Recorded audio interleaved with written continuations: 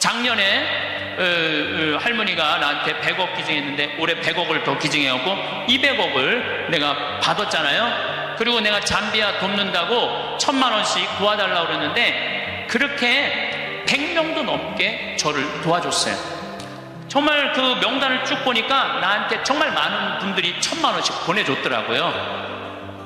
이번에 내가 가을에 내 배추 심고 고추 심고 무 심어갖고 김장해갖고 농약 하나도 안 친 거 그래갖고 다 보내줬어. 그분들 싹 다 보내줬어. 싹 다 보내줬는데 내가 그랬잖아요. 받기만 하고 주지 않는 사람하고는 사귀지 말라고. 근데 나는 정말 고마워서 보내준 거야. 그런데 놀랍게도 신부님, 우리가 이런 거 바라고 신부님한테 봉헌한 거 아니에요. 이거 받고 그냥 있을 수가 없어요. 그래갖고 또 돈을 그분들 중에 보내준 게 2천만 원이 또 넘어. 신기하죠. 나는 정말로 좋은 마음으로 맛있는 김장 보내주고 싶어서 보내줬는데 그게 또 고맙고 감사한가 봐. 인생은 그렇게 즐거운 거죠. 아부를 잘하는 사람과는 사귀지 마라. 권력자 앞에 원칙 없이 구는 자와 사귀지 마라. 동정심이 없는 사람과는 사귀지 마라. 그러니까 우리가 여러분들 친구를 잘 사귀어야 돼. 친구를 잘못 사귀면은 인생을 망가뜨릴 수밖에 없어요. 나는 과연 내가 내 모습을 볼 수 없다면 내 모습을 볼 수 있는 사람, 나는 누구를 지금 선정하고 살아가고 있는가? 누구를 내 멘토로 정하고 살아가고 있는가? 깊이 반성해야 돼. 나도 내 인생에 3명 멘토가 있고 여러분들도 3명의 멘토가 있는데 우리 대통령도 그런 사람들, 삭식이 깊고 공부 많이 한 사람들의 얘기를 들었다면 오늘 같은 사단이 나지 않았을 거예요. 여러분들 솔로몬 임금님이 하느님이 내가 너한테 영화를 주랴 명예를 주랴 돈을 주랴 그러니까 솔로몬이 뭘 달라고 그래요? 아니에요. 지혜가 아니라 원문을 보면 듣는 마음이에요. 지도자는요 듣는 마음이 있어야 돼요. 누구한테? 우리들 이 말하는 그 정말로 전문가들 이야기를 듣는 마음을 가지고 있으면 제대로 된 지도자가. 근데 누구한테 들어야 돼? 제대로 된 사람한테 들어야죠. 이런 친구 여러분들 꼭 가지셔야 돼. 그러면은 여러분들 인생을 실패하지 않을 수 있습니다. 저는 요즘 우리나라 이 사회가 복잡하죠. 사드 문제 때문에 중국, 우리나라 지금 다 경제 차단하고 있어요. 지난주에 제가 제주도 피정을 갔다 왔는데 서귀포로 갈 때 택시를 탔는데 지금 중국 사람들 거의 안 들어온대요. 중국 사람들. 왜냐하면 세무조사 들어간대. 땅 산 거 지금 그 사람들 투자 못 한대. 왜 그러냐면 세무조사 다 들어가서. 그래갖고 너무너무 힘들어. 지금 대통령 내려와라 올라가라 이거 문제할 게 아니에요. 지금 경제가 얼마나 어려운지 몰라요. 지금 며칠 전에는 시화공단에 있는 본당에 강의를 갔어요. 근데 그 본당 신부가 그러는 거예요. IMF 때보다도 공장이 더 많이 나온다는 거야. IMF 때보다 공장 팔겠다고. 그러니까 지금 나라 경제는요 심각한 거예요. 지금 대통령 올라가고 내려가고 문제가 아니야.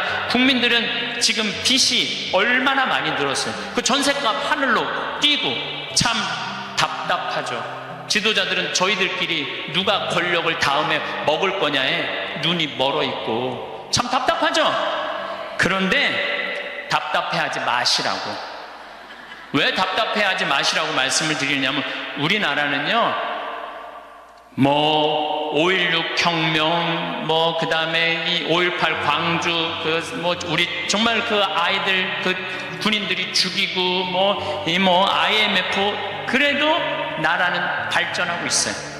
그리고 100만 명, 200만 명이 데모를 하는데도 어때요?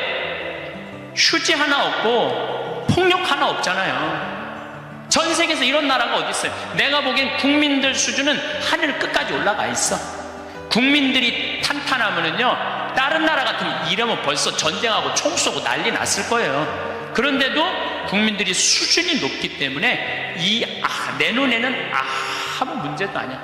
난 대한민국이 희망적인 나라라고 생각을 해요. 국민들은요 공무원들 요즘 9급 공무원들, 8급 공무원들, 7급 공무원들 열심히 해요. 제가 여주 여러 환경운동 하면서 이제까지 내가 만난 하급 공무원들, 일반 우리 여러분들 자식들은 다 도와줬지 나를 방해한 사람 하나도 없어요. 근데 내가 올라가고 국회의원한테 얘기한 것도 아니고 도지사한테도 얘기한 거 아니야. 난 7급 공무원한테 가고 내가 우리나라 국민들 쉴 수 있는 공간을 꾸미고 싶다. 나를 좀 도와줘라. 그랬더니요, 그 여주에 있는 그 7급 또 과장급들이 평창까지 와서 다 보더니 자기네들끼리 모여서 정말로 우리 이런 거 도와주자 합의를 해갖고 다 도와주는데 기가 막히더라고요. 이번에 우리나라가 그런 거에 대한 혁신을 이루는 좋은 기회가 됐으면 저는 좋겠다는 생각을 합니다. 어쨌든 다시 자신 껴안기로 돌아가서 소크라테스는 뭐라고 그랬죠? 너 자신을 알라고 그랬죠? 덴마크에 그 유명한, 갑자기 이름이 생각이 안 나는데 동화 작가가 벌거숭이 임금 안데르슨, 어우 똑똑하시네. 덴마크 안데르슨이라는 동화 작가가 있는데 벌거벗은 임금님 얘기를 해요. 벌거벗은 임금님, 이 임금님은 평상시에 뭐를 좋아하셨느냐면 옷을 입고 자랑하는 걸 참 좋아하셨어요. 옷을 입고. 근데 그 사기꾼 둘이서 임금님을 찾아가요. 임금님, 내가 기가 막힌 턴을 짤 줄 안다고. 기가 막힌 천을. 근데 이 천은 바보 눈에는 안 보인다고. 바보 눈에는 안 보인다고. 그래갖고 그럼 한번 짜봐라. 그래갖고 이제 돈을 받았어요. 근데 이제 이 사기꾼이 이제 배틀에다가 옷을 짜는데 임금이 가보니까 안 보여. 근데 분명히 뭐라고 그랬어? 바보 눈에는 안 보인다. 막 짜면서 임금님 이 천이 멋있지 않느냐고. 그러니까 임금이 뭐라 그래? 멋있다고. 멋있다고. 신하들을 데리고 와갖고 신하들도 보여주라고. 이제 신하들이 와서 보니까 임금님이 멋있다고 그러니까 바보 눈에는 안 보인다니까 신하들도 뭐라 그래? 멋있다고 그래. 그래서 이제 한 일주일이 지나고 나서 임금님 옷 다 됐다고 입어보라고. 그럼 뭐가 보여야지 입지. 손 드시라고 그러니까 손 딱 들고 지금 들어갔다고. 잘 어울린다. 이쪽 손 드느라고. 이걸 또 멋있다고 퍼레이드를 하시라고. 그래갖고 임금님이 벌거벗고 퍼레이드를 하네. 온 국민들이 야 우리 임금님 멋있다고. 왜? 바보 눈에는 안 보이니까. 근데 한 꼬마가 임금님 빨개 벗었네? 그렇게 얘기를 한 거예요. 그러면은 자기도 빨개 벗은 거 알아. 신하들도 빨개 벗은 거 알아. 그런데 놀라운 거는 그 퍼레이드를 멈춰야 되는데 여러분들 거기까지만 들었죠? 그 다음 얘기가 기가 막혀요. 끝까지 빨개 벗고 퍼레이드를 했다는 거예요. 누구 말을 무시한 거야? 그 꼬마 말을 무시한 거예요. 우리는요, 내가 지금 대통령 얘기하는 거 아니에요, 여러분들. 대통령 얘기하는 게 아니라 내 자신이 빨개 벗고 있는데 나 자신이 누군지 모르고 살아가는 사람들 너무 많아요. 나 자신이 누군지 모르는 사람, 자신의 단점이 뭔지 모르고, 자기의 추한 모습이 뭔지 모르고 살아가는 사람 많아요. 반대로 뒤집어서 어떤 것도 있느냐 하면, 뒤집어서 어떤 게 있느냐 하면은 내 안에 들어있는 보물을 발견하지 못하고 살아가는 사람도 많아요. 여러분들 안에는 보물이 꽉 차 있어요. 여러분들 안에는. 그런데 나 같은 게 나는 지극히 평범한 인간이고 능력 없는 인간인데, 그리고 묻어버리고 그냥 죽어버리는 사람들도 많다는 거예요. 그래서 우리 인간은 인생을 살아가는데 아주 중요한 작업 중에 하나가 자기 자신을 아는 일이에요. 내가 가장 무서운 말 중에 하나가 그거예요. 딱 보면 알아. 뭘 딱 보면 알아요. 여러분들 딱 보면 알았어? 우리가 얼마나 잘못 판단하고 사는지 몰라요. 예수님은 뭐라고 그러셨어요? 예수님은 이렇게 말씀하십니다. 마태복음 7장에 보면 남의 눈에 있는 티끌 꺼낼 생각하지 말고 네 눈에 있는 들보 꺼내라고. 누구를 들여다보라는 거야? 자신을 들여다보라는 거예요. 그래서 내 자신이 누구냐, 이거 꼭 물어보셔야 돼. 내 자신이 누구냐. Who am I? 내가 정말로 영어 오래간만에 한번 쓰는데 Who am I? 나는 누구이냐? 저는 천주교 신부예요. 그렇잖아요. 난 천주교 신부예요. 천주교 신부고, 과연 내가 교우들한테 뭐를 전해주는 사람이냐? 하늘나라의 기쁜 소식, 군 뉴스를 전해주는 사람이에요. 그러니까 나는 어떻게 살아야 돼? 내가 하늘나라의 복음, 기쁨을 알아. 그러니까 나를 통해서 교우들은 뭐를 느껴야 돼? 기쁨을 느껴야 돼. 근데 내가 맨날 인상 쓰고 나는 너무 사는 게 힘들어, 사는 게 지겨워 죽겠어, 이놈의 사제복 너무 무거워, 이러면 여러분들 나를 보고 기쁨을 느끼겠어요? 못 느끼죠. 하느님으로부터 오는 기쁨을 나는 교우들한테 전해줘야 돼. 또 요한 1서의 말씀처럼 사랑, 하느님의 사랑, 우리가 하느님을 사랑하는 게 아니라 하느님이 우리를 사랑하는 것을 나는 교우들한테 알려줘야 돼. 왜? 나는 사제니까. 나는 사제니까 내가 누구냐를 물어봤을 때 교우들은 날 통해서 위로를 받아야 돼요. 누가 전해주는 위로? 예수님이 전해주는 위로를 받아야 돼. 기쁨을 받아야 돼. 요즘은 이제 4년 전부터 제가 잠비아를 이렇게 다니고 있는데 전 참 행복해요. 왜 행복했냐면 한국은 뭐라고 해도 먹고 살만한 나라예요. 지금 뭐 어쩌고 저쩌고 해도 경제 세계 12위야. 국민소득 28,000달러야. 여러분들 지금 옷 입고 있는 거 보면은 다 기가 막힌 거 입고 앉아 있어요 지금. 네. 한국은 문제 없어요. 근데 잠비아를 다녀보니까 대부분 다 맨발로 다녀요. 대부분 다 맨발로 다녀. 그런데 이번에 잠비아를 갔을 때 그 병원을 운영하는 마들렌이라는 수녀님이 나한테 면담을 청하더라고요. 신부님이 지금 잠비아에 농업대학, 신학교 이런 거 짓는 거 좋습니다. 그런데 잠비아에는 어떤 아이들이 많으냐면 에이즈 걸린 아이들이 많다는 거예요. 에이즈가 걸린 아이들. 근데 어떤 아이들이 에이즈에 걸리느냐면은 엄마가 엄마가 있대. 정신지체아 엄마가 있으면 동네에서 이놈도 건드리고 저놈도 건드리는 거야. 이놈도 건드리고 저놈도 건드리니까 그러니까 이놈도 건드리고 저놈도 건드리니까 에이즈가 걸리는 거죠. 에이즈가 걸려서 애가 생기면은 얘도 대부분이 에이즈에 걸려서 나온다는 거야. 근데 정신이 좀 모자라는 엄마니까 아무도 안 돌본다는 거예요. 그러면 이 여자도 버림받고 아이도 버림받아갖고 가장 기본적인 생활도 못하는 아이들이 참 많다는 거예요. 수녀님이 눈물을 흘리면서 신부님, 우리들 에이즈 어린아이들 집 줘주면 안 되겠느냐고, 30명 정도 되는 아이들 머무를 수 있는 집을 줘달라는 거예요. 근데 제가 한 대 머리를 맞았어요. 왜냐하면 나는 어마어마한 큰 도시에 큰 대학 건물을 생각했지 에이즈 아이들 집을 줘준다는 생각은 하나도 안 했어요. 저는 혼자서 정말로 예수님한테 죄송했어요. 그리고 그 수녀님의 눈물을 보면서 가슴이 참 아팠어요. 그래서 수녀님한테 약속했어요. 내가 저 주겠다고. 내가 또 마음이 약해요. 그래갖고 담도 다 치고 이제 바닥 공구리도 다 치고 이제 올라가기 시작했어요. 사진이 오는데 기분이 너무너무 좋더라고요. 그러니까 내가 누구냐라는 질문을 하기 시작하니까 내가 어떻게 살아야 되는 답이 나오는 거야. 내가 누구냐. 작년에도 내가 요맘때 여러분들한테 이런 말씀을 드렸어요. 간호대학 짓는데 30명만 나를 1,000만 원씩 도와주면은 내가 간호대학을 짓겠다고. 근데 놀랍게도 3달 만에 30명이 돈을 보내줬어요. 1,000만 원씩. 근데 그 할머니들 중에 신부님 내가 평생 모은 돈입니다. 신부님 내가 자판에서 신발 팔은 돈입니다. 내가 이렇게 모은 돈입니다. 신부님 나도 인생을 살면서 한 번은 좋은 일을 하고 싶습니다.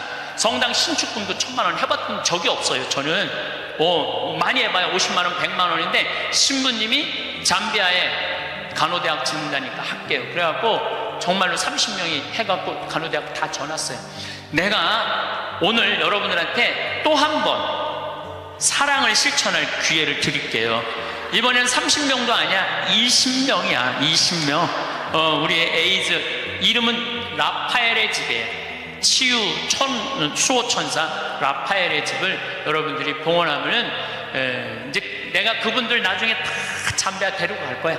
물론 비행기표 본인이 내야 되겠지만은 다 잠비아 데리고 갈 거야. 그래서 내가 낸 돈이 얼마나 귀하게 쓰여지는지, 그래서 나는 누구인가, 나는 천주교 사제로서 어떻게 살아가야 하는 게 답이 나와요. 내가 만약에 학교 교사야.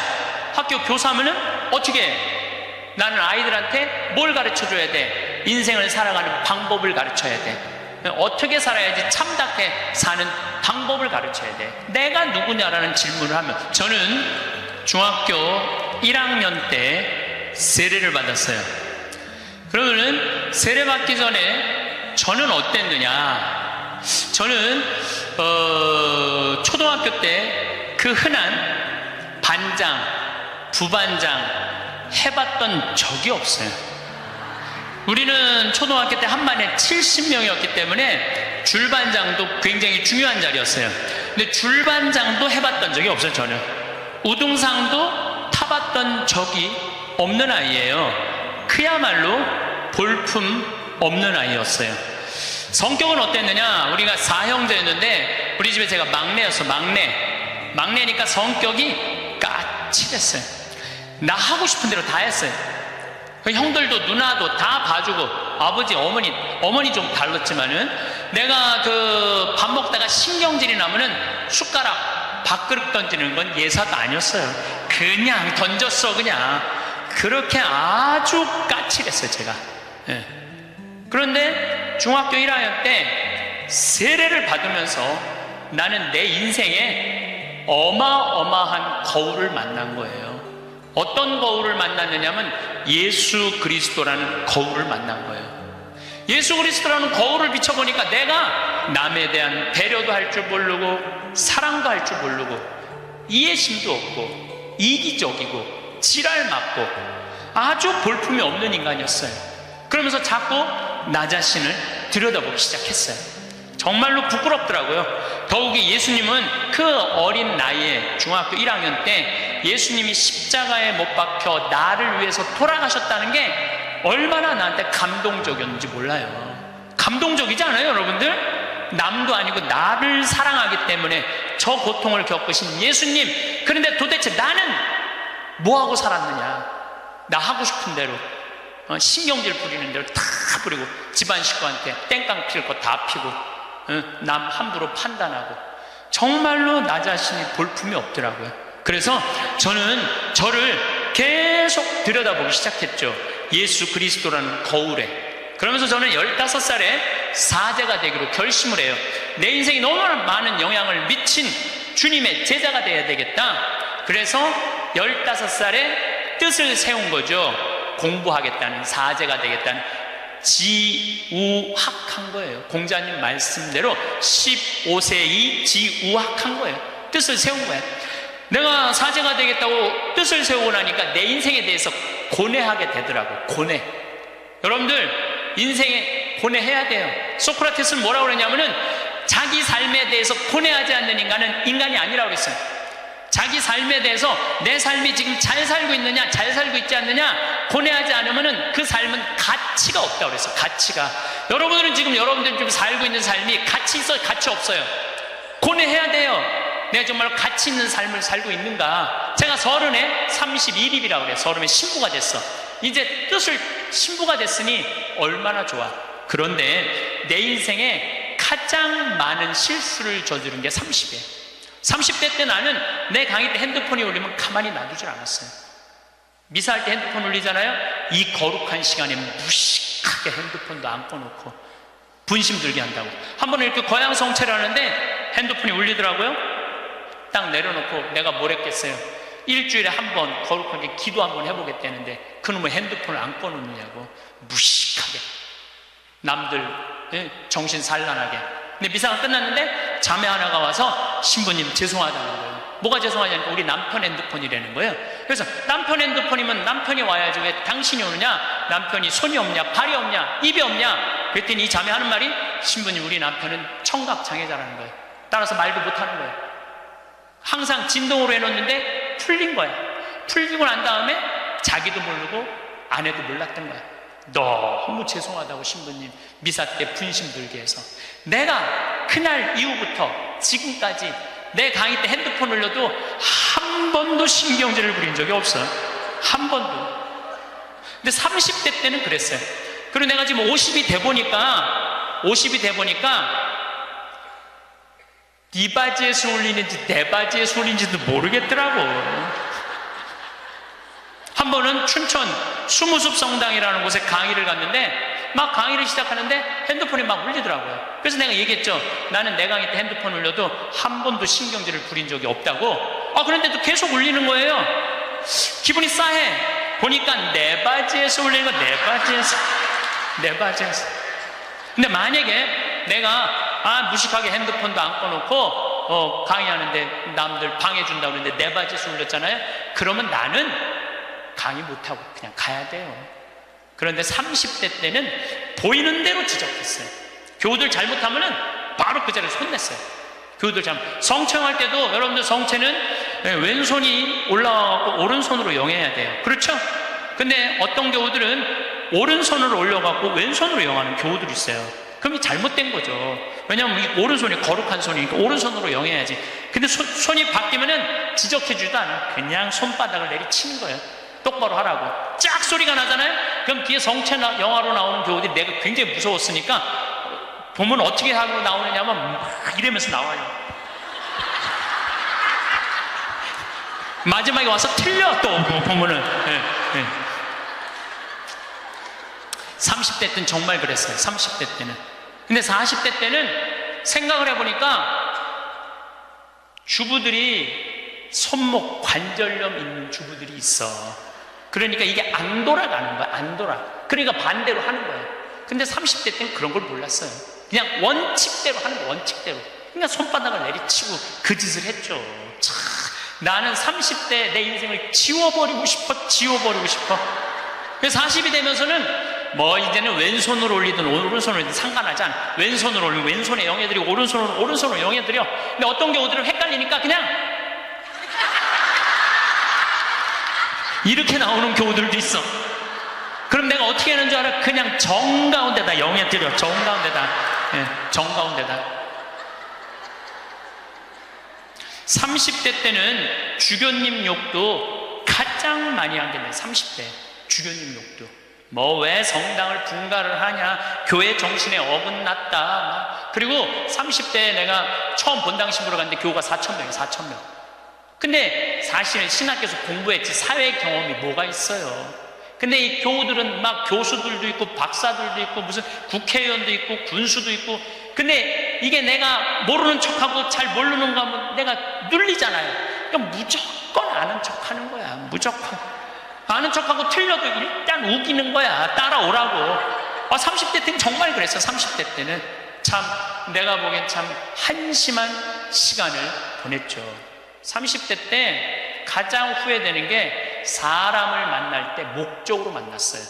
무슨 얘기냐면 군수, 국회의원, 돈 많은 사람들 만나면 나 환경운동하는데 저 사람 좀 도와주지 않을까. 그래서 참 시간 만들어서 만나주고, 저 교우들이 그냥 평범한 교우, 나 바쁘다 그러고 그런 사람들이 만나자 그러면 그냥 시간 내서 만나고 정말로 지워버리고 싶은 내 모습 중에 하나였어요. 30대 때 일입은 했으나 성숙하지 못한 나이였죠. 쓰긴 섰지만은 성숙하지가 않았어요. 30대 때. 그러니까 30대 때는 배신도 많이 당했어요. 배신을 왜 당했겠어? 내가 바라는 게 많은데 부자들 막 오면 신부님 내가 좀 도와줄 수 있을 것 같아요. 땅이 팔리면은 도와줄 수 있을 것 같아. 그래갖고 계속 만나고 밥도 먹고 그러는데 이놈의 땅이 팔리지도 않고 도와줄 생각도 안 하는 거야. 30대 때는 그랬어요. 30대 때는 이렇게 생각해보면 나 혼자 잘난 척하고 아는 척하고 있는 척하고 그랬던 세월이 내 30대. 그리고 30대 때는 듣지도 않았어요. 그냥 내 말하기 바빴어. 내 말하기 바빴던 게 30대 내 인생이었죠. 30대는 무슨 일을 많이 할까? 일에 매달렸어요. 그래서 저는요 30대 때 일 많이 했어요. 빈병 모으기 운동을 했는데 한 달에 20만 병씩 모았어요. 20만 병씩. 그냥 막 일에 매달렸어요. 일에. 그리고 무슨 폐식용유 모아갖고 하면 막 경기도에 있는 아파트에 그냥 폐식용유 설치하고 막 트럭 5대 막 4대 해갖고 일에 매달렸어요. 일에. 그러니까 30대 때 내가 뭔가 미쳐서 산 것 같아. 미쳐서. 근데 지금 생각해보니까 지금은요 일에 안 매달려요. 일을 많이 하는 건 아무 의미가 없더라고요. 때가 되면 다 두고 떠날 거야. 일에 매달리면 행복하지 않아. 뭐가 행복하냐면 그냥 행복하면 돼. 오늘 행복하면 돼. 오늘. 그럼 일은 중요한 게 아니야. 오늘 행복해갖고 일이 되면 좋은 거고 안 되면 말고. 근데 30대 때는 일 때문에 오늘의 행복을 내가 포기한 시기가 30대예요. 40이 되면서 내가 불혹의 나이가 돼. 40이 불혹이라고 해요. 불혹. 이 불혹이라는 게 무슨 뜻이냐면 유혹이 없는 나이야. 흔들림이 없는 나이야. 의심이 없는 나이야. 40이 딱 되고 보니까 주교님들이 이해가 되더라고요. 주교님들이 우리 수홍교구 신부가 500명인데 그 중에 잘 사는 신부들도 있지만 사고 치는 신부들이 얼마나 많아요. 여자 문제, 돈 문제, 교우들하고 싸우는 문제, 정말 복잡하겠더라고요. 그 500명의 신부들을 관리하려고 그러니 주교님들이 얼마나 머리가 아파요. 이해가 되더라고요, 주교님이. 그래서 내가 40살 이후에 그런 주교직이 얼마나 어려운 걸 이해하고부터는 주교님을 욕한 적이 한 번도 없어. 이날 이때까지. 이해가 되니까. 그리고 유혹이라는 게 뭐예요? 불혹이라는 게 뭐예요? 신앙에서도 별로 유혹받을 게 없어. 하느님에 대한 확신, 하느님이 이 세상에 오셨고 예수님 부활한 거에 대한 확신, 그리고 하늘나라 올라가셔갖고 우리 인생에 관여하고 있는 거에 대한 확신. 요즘 예수님 부활에 대한 확신이 왜 더 드느냐면은, 여러분들 예수님이 십자가에 못 박히기 전에 매질 당했다고 그래요. 채찍질. 그게 가죽으로 끝에 양뼈 조각, 쇠 조각이 있어요. 한 대 때리면은요 이 등에 살점이 다 묻어나고 뼈 조각이 다 드러나. 한 대 맞으면. 그래서 40대 이상 맞으면 죽는다고 그래요. 근데 예수님이 그 40대 39대를 맞았다는 거야. 그러니까 예수님 십자가에 올라가기 전 이미 이 피가 너무 많이 흘러갖고 등에 살점이라는 게 거의 없는 상태야. 그리고 십자가에 매달렸을 때 손바닥에 못 안 박아요. 손목에 박지. 왜냐하면 떨어지니까. 이건 찢어져서 금방 떨어지거든. 손목에 박으면 온갖 신경, 동맥, 정맥 다 지나가는 거야. 이 뼈가 양쪽에. 그리고 그 숨 쉬고 이러는 게 너무너무 힘들어갖고 숨이 막혀 죽는 거거든요. 근데 3일 만에 부활했잖아요. 3일 만에 부활을 했다고 3일 있다가 이제 계속 마리아 막달레나한테도 나타나고 베드로하고 요한한테도 나타나고 막 그러잖아요. 내가 보기에는 그 정도 맞았으면 3일 후에 부활하고 난 다음에 1년은 누워 있어야 돼. 그렇지 않아요? 1년은 내가 보기엔 어딜 돌아다녀. 근데 막 갈릴레아도 갔다가 막 여기도 갔다가 엠마오도 막 그러잖아요. 확실히 우리가 생각하는 거와 다른 모습으로 부활하신 거예요. 우리가 생각하는 거 완전히 다른 모습으로 부활하셔서 제자들한테 11번 나타나시거든요. 그러니까 나는 그런 미혹되는 게 없는 나이가 40이 돼서 참 좋더라고요. 40이 돼서 너무 좋았던 것 중에 하나가 돈에 대한 유혹이 없는 거예요. 30대 때는 돈 많은 사람만 만나고 막 그랬는데 이제는 40이 되면서부터 다 소용없더라고. 보니까 돈 많은 사람 폰만 썼지 안 도와줘요. 진짜 소중한 분들은 누구냐면 바로 여기 계신 여러분들. 정말로 우리 생태마을에 후원하는 분들이 10,000명이거든요. 그분들 4,000원, 5,000원이야. 근데 그분들이 20년 동안 나를 후원해줬는데 100억이 넘더라고. 그 후원도. 그분들이 나한테는 보물이라는 생각이 40대 들어서 생각이 나는 거야. 그러니까 지금은 부자가 오든 가난한 사람이 오든 폼을 쓰는 사람이 오든 폼을 안 쓰는 사람이 오든 아무 상관이 없어. 불혹이죠. 유혹받지 않는 거예요. 의심 가는 것도 없고 유혹받지 않는 거. 그러니까 마음 안에 미운 사람이 없으니까 뭐가 있냐면 평화가 있더라고. 평화. 근데 문제는 미운 놈은 하나도 없는데 마음에 안 드는 놈들은 너무 많아. 이 마음에 안 드는 놈이 너무 많은 거는 다음 시간에 이야기하도록 하겠습니다.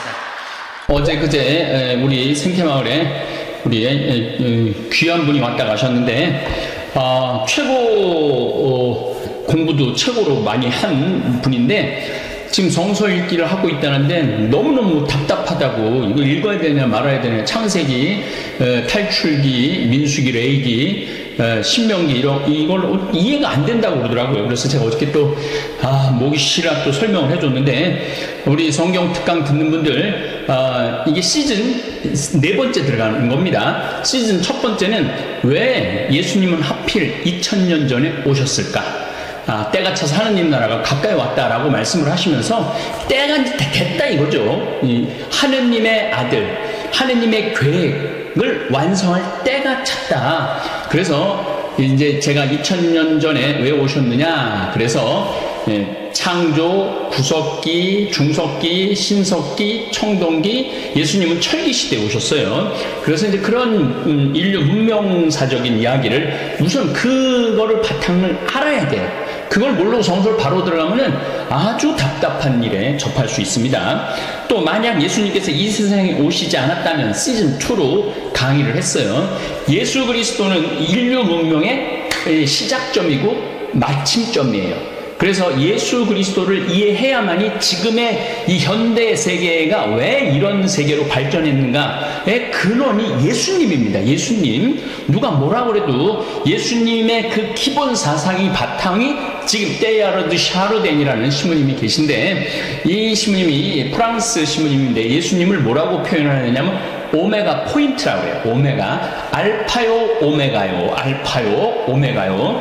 이게 뭐냐면은 히라보의 ABCD의 A의 마지막, 이제 오메가, 이제 우리 영어로만 하면 Z죠. 그러니까 오메가 포인트.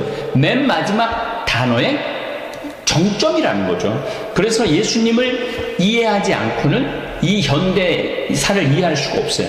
그리고 현대 이 세상을 이해할 수가 없어요. 그래서 이거를 인문학적으로 제가 접근을 했죠. 그리고 인류 최초의 문명, 메소포타미아 문명, 이집트 문명, 인더스 문명, 황하 문명, 제5 문명이 있어요. 유목 문명. 초원의 길, 몽고서부터 헝가리까지 펼쳐진 거의 8,000km에 펼쳐진 어마어마한 거리의 초원의 길에 유목민들이 만들어 놓은 문화가 대단한 거죠. 그래서 유목민들이 세계를 정복한 장본인들이 그 유목민이에요. 대표적인 유목민이 징기스칸이고 훈족이고 우리는 흉노족이라고 표현을 하는데 진시황이 가장 무서워했던 유목민들. 한나라는 흉노족한테 공물을 바쳤어요. 그 대단한 한나라가 흉노족한테 공물을 바칠 정도로니까 어마어마한 문명이죠. 이 5가지 문명에 대한 기본 이해가 없이 성서를 읽는다는 것은 불가능해요. 그러니까 작부적 해석을 하면은 성서는 굉장히 어렵습니다. 글자 그대로 해석하면은 안 돼요. 어제도 잠깐 아브라함하고 룻하고 있는데 룻이 왜 딸이 들어와서 잠을 자갖고 애를 갖느냐고 이제 그 얘기를 내가 유목민이 얼마나 사람을 만나기 힘들고 사람을 못 만나면 양 떼고 뭐고 자손이 없으면 못 물려주고 대가 끊기는 거거든요. 그래서 아버지의 악이라도 가지고자 해서 딸 둘이 아버지 술을 먹이고 그래서 암몬족하고 모압족이 탄생을 했다는 그런 얘기를 많이 해줬어요. 그래서 오늘 설날인데 설날 강론에 사실 이미 해놨어요. 설날 강론을 해놨는데 이거를 설날 강론으로 듣기에는 좀 아까운 강론이라 오늘 또 30회도 됐고 또 날의 의미, 달의 의미, 연해의 의미, 그걸 세차, 월령, 일진이라고 그래요. 오늘 정말 하루 일진이 참 나빠. 그런 일진, 하루의 시간을 얘기하는 거죠. 이 하루하루의 의미가 굉장히 큰 겁니다. 오늘 설 명절에는 의미가 굉장히 많은 거예요. 어떤 의미가 있느냐면은 제가 이제 56에서 57살로 바뀌는 날이죠. 그러니까 이 아이들의 그런 나이가 바뀐다는 거, 나이를 확인한다는 거 정말 중요한 거예요. 근데 옛날에는 조선시대, 고려시대만 해도 나이가 너 몇 살이야? 그러면은 대부분이 그래요. 내가 내 나이를 어떻게 아느냐고. 그게 시간에 대한 개념이 부족했기 때문에 그렇죠. 그런데 이제 이집트 태양력을 쓰는 그런 민족들은 나이 개념이 굉장히 분명합니다. 그런데 태음력, 달에 그거를 했던 분들은 자기가 태어난 날이 언젠지 잘 몰라요. 그러니까 창세기에 5장에 보면 누구는 966살을 살았고, 누구는 365살을 살았고, 누구는 930살을 살았고, 이거가 사실은 태어난 날도 잘 모르는 그 시대에 그 나이를 어떻게 계산을 해요. 그래서 오늘 문명이 생기면서 인류가 가장 먼저 한 과학적 활동 중 하나는 천체 운행을 살펴 계절과 시간의 흐름을 이해하는 것이에요. 역사가 기록되기 이전부터 인류의 조상들은 하늘을 관찰해 천체 운행이 주기적으로 나타난다는 사실을 알았죠. 그래서 이 별이요, 겨울에 뜨는 별, 여름에 뜨는 별, 가을에 뜨는 별, 봄에 뜨는 별이 다 달라요. 저같이 이 평창에서만 20년 살았어도 그 별이 다 다른 걸 알아요. 근데 그 5,000년 전, 6,000년 전에는 뭐가 있었겠어요? 밤에 별 보는 일밖에 더 있었겠어요? 그 1년, 2년, 10년 보면은 그 별의 운행을 너무너무 정확하게 알 수, 지금 현대인들보다 훨씬 정확하죠. 구약 성경은 태양력에 따라서 성경을 기록합니다. 민수기 1장 1절, 이스라엘 자손들이 이집트에서 나온 그 이듬해 해로 하는 거예요. 그 이듬해 둘째 달 초하룻날 주님께서 시나이 광야에 있는 만남의 천막에서 모세에게 이르셨다. 그러니까 이 사람들한테는 때, 시기는 정말 중요한 거죠. 열왕기 상권 6장 1절 이하, 이스라엘 자손들이 이집트 땅에서 나온 지 480년. 이게 왜 정확하게 480년이라고 이 유다인들은 얘기를 할 수 있었느냐 하면은, 이집트는 태양력을 썼기 때문에 그 해를 정확하게 알 수 있는 거죠. 솔로몬이 이스라엘을 다스린 지 4년째 되던 해 지우달, 곧 둘째 달에 솔로몬은 주님의 집을 짓기 시작했다. 그러니까 이때 월, 연이 굉장히 중요한 거예요. 태양력에 따라 성경을 저술합니다.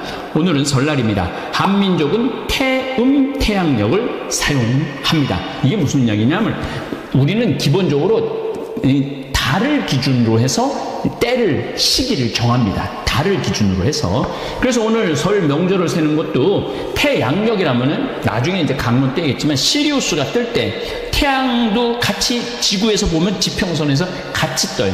근데 딱 한 번 같이 뜨는 데가 있어. 그러니까 이 태양을 지구가 한 바퀴 도를 때 시리우스별을 지평선에서 볼 수 있는 거예요.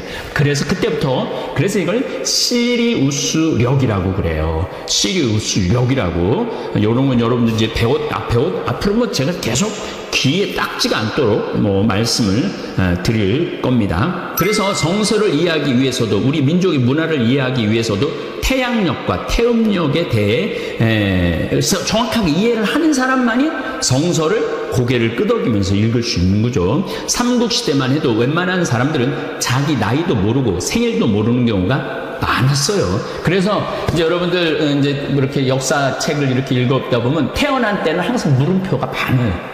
태어날 때 물음표가 굉장히 많아요. 이거 언제 태어났는지 어떻게 알아? 우리는 음력을 썼는데 연도수는 1930년도에 다 계산해서 이제 한 거거든요.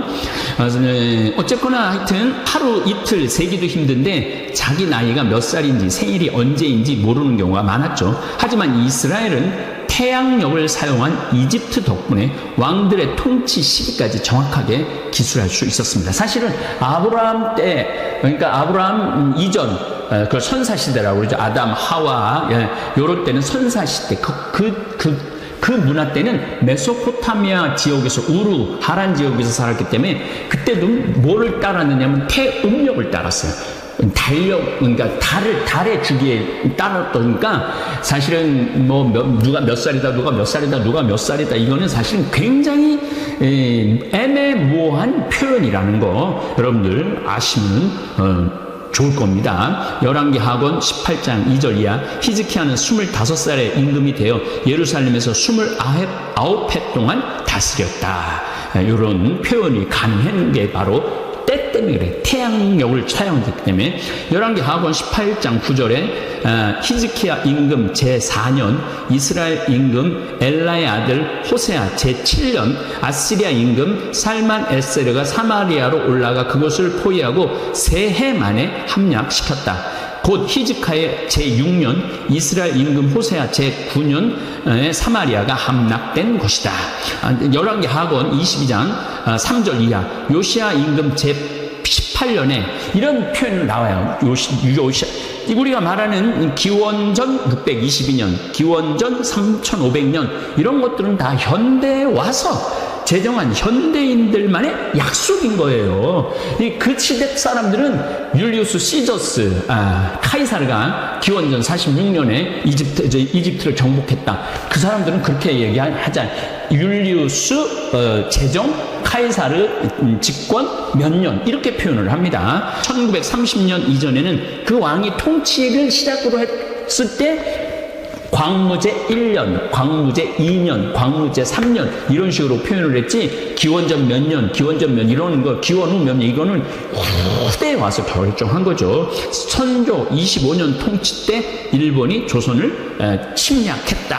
이런 게 선조 28년에 일본이 물러갔다. 이런 식으로 표현을 하는 거죠. 왕이 해와 달의 기준이 되는 겁니다. 옛날에는 왕이 해와 달의 기준이에요. 그 왕이 집권한 때부터 정권을 잡은 때부터 왕자에 오른 때부터 광무제 제위 10년 한나라 한무제 제위 15년 이렇게 얘기를 하는 거죠. 그래서 여러분들이 오늘 설날을 맞이해서 여러분들은 이제 2021년인데 사실은 옛날에 태어났다면은 문재인 정권 제3년 우리 아이가 태어났다.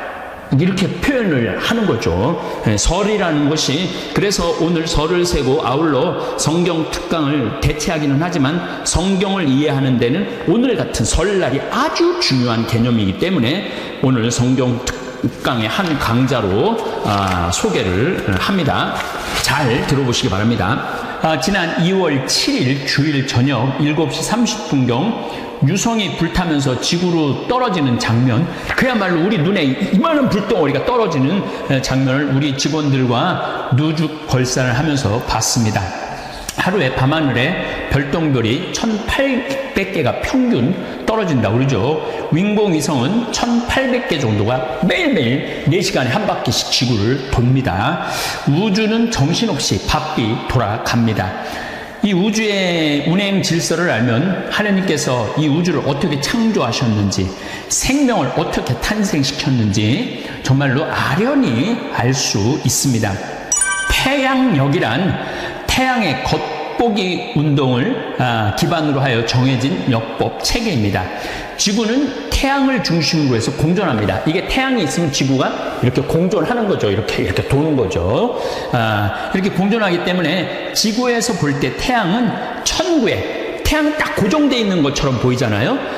천구에 고정되어 있는 배경에 별들에 대해서 상대적 연주 운동을 하는 것처럼 보입니다. 무슨 얘기냐면은 우리가 이렇게 돌다 보면 밤에 반대쪽에 깜깜한데 별들이 막 보이잖아요. 태양은 그대로 있고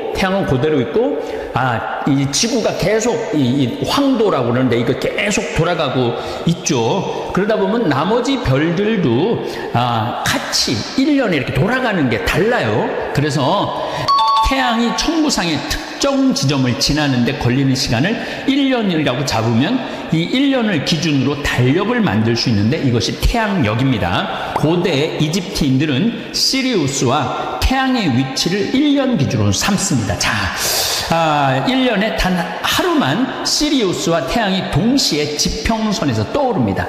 그러니까 보면은 지평선에서 태양이 막 떠오르는데 똑같이 시리우스가 딱 하루 떠올라요. 딱 떠오르는데 1년이 지나고 나면 그날 또 1년에 딱 한 번씩 떠오르는 거. 1년에 시리우스가 여러분들 그 시리우스 그러니까 이게 2번 반복되면 이게 우리가 태양을 한 바퀴 돌았구나 그 시리우스 연이 되는 거죠.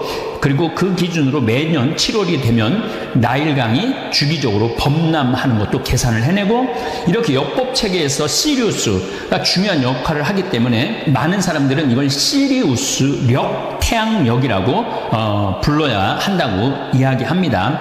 물론 1년 날짜 계산만 그렇고 나머지 태양력 체제이기 때문에 태양력이, 그러니까 시리우스가 기준점이지 시리우스가 주인공은 아니라는 얘기입니다. 자, 여러분들, 오늘 2월 12일입니다. 오늘 밤에 8시경에 밖에 나가서, 서울 분들도 잘 보였을 거예요.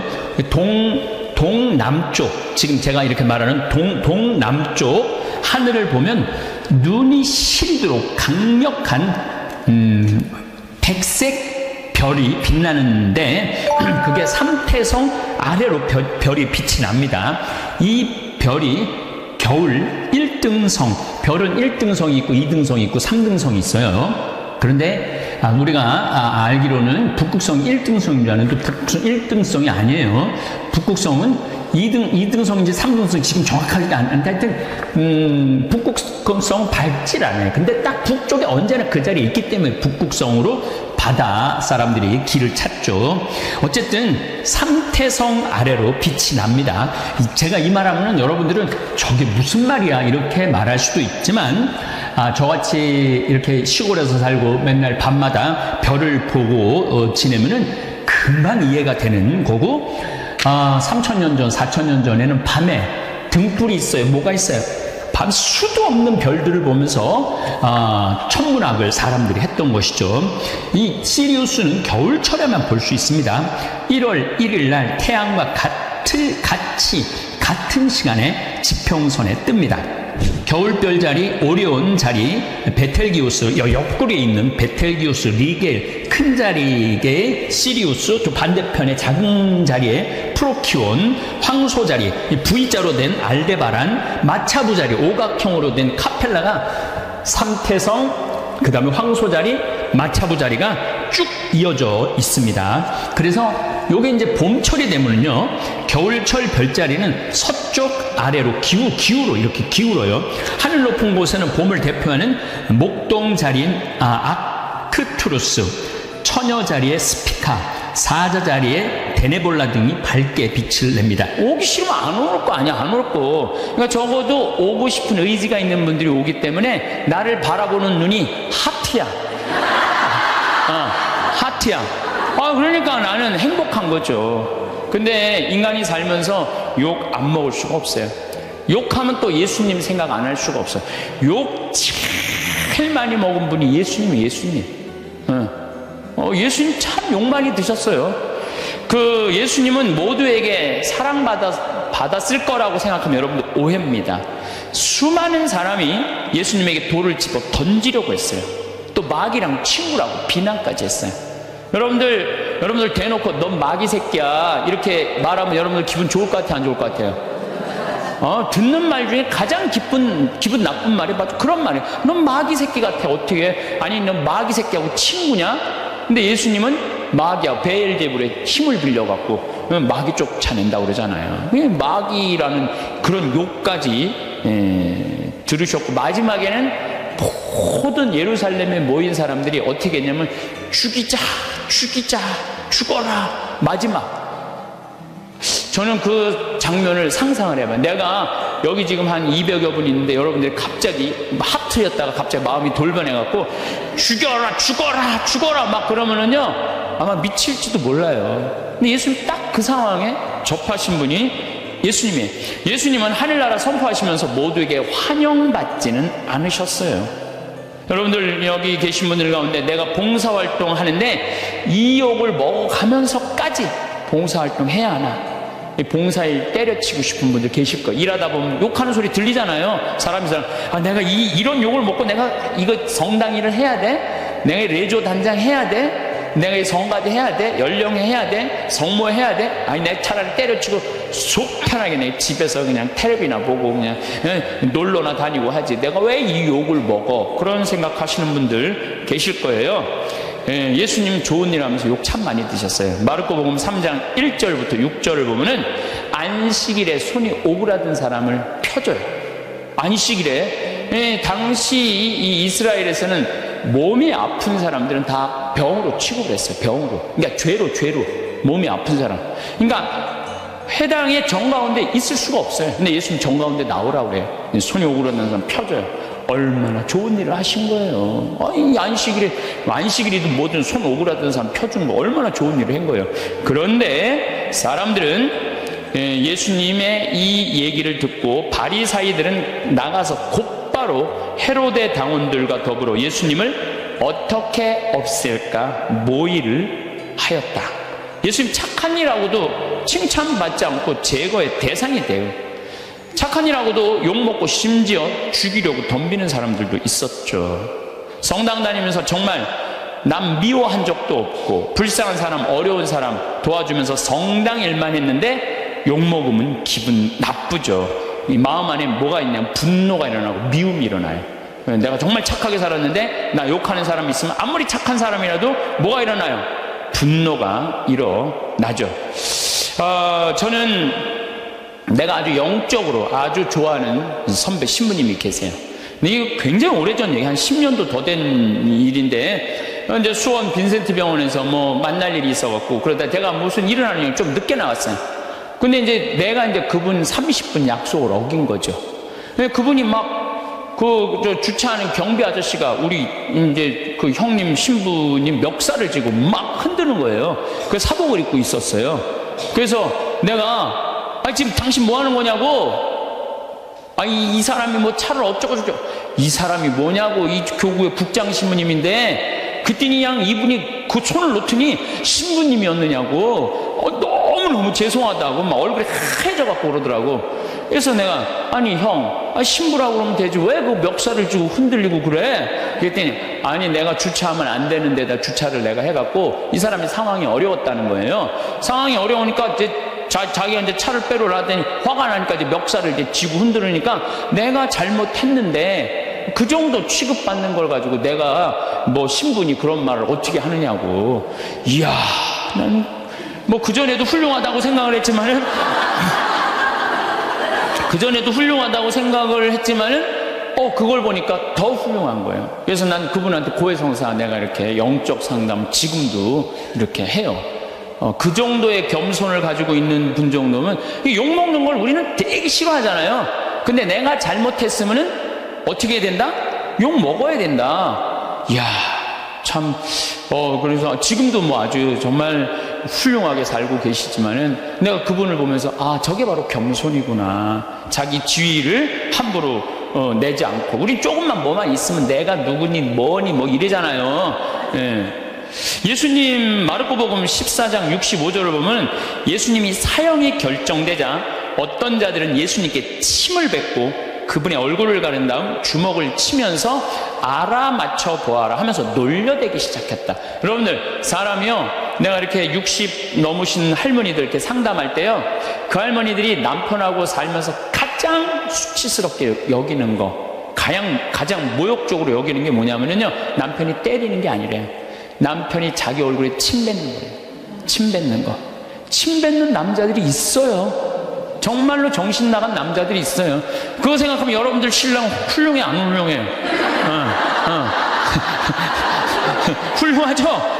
여러분들한테 침은 안 뱉잖아. 침은 얼마 전에도 상담을 하는데 침을 뱉는다는 거예요. 침을. 그래서 내가 왜 사냐고 그래서 왜 사냐고. 자식들 때문에 산다는 거예요. 답답한 거죠. 참 너무너무 불쌍한 거예요. 그래서 내가 그렇게 살지 말라고 내가 그랬어요. 여러분들, 내가 또 위험한 발음 안 하면 그냥 이혼하라고 그랬어요. 내가 침을 뱉고. 왜 이혼하라고 그랬냐면은 누웠을 때 죽이고 싶다는 거예요. 죽이고 싶다는, 누워있을 때 자기 침을 뱉은 그 남편을 칼 있으면 찔러 죽이고 싶다는 거예요. 여러분들, 칼로 찔러 죽이는 게 나아요? 이혼하고 사는 게 나아요? 어느 게 나아요?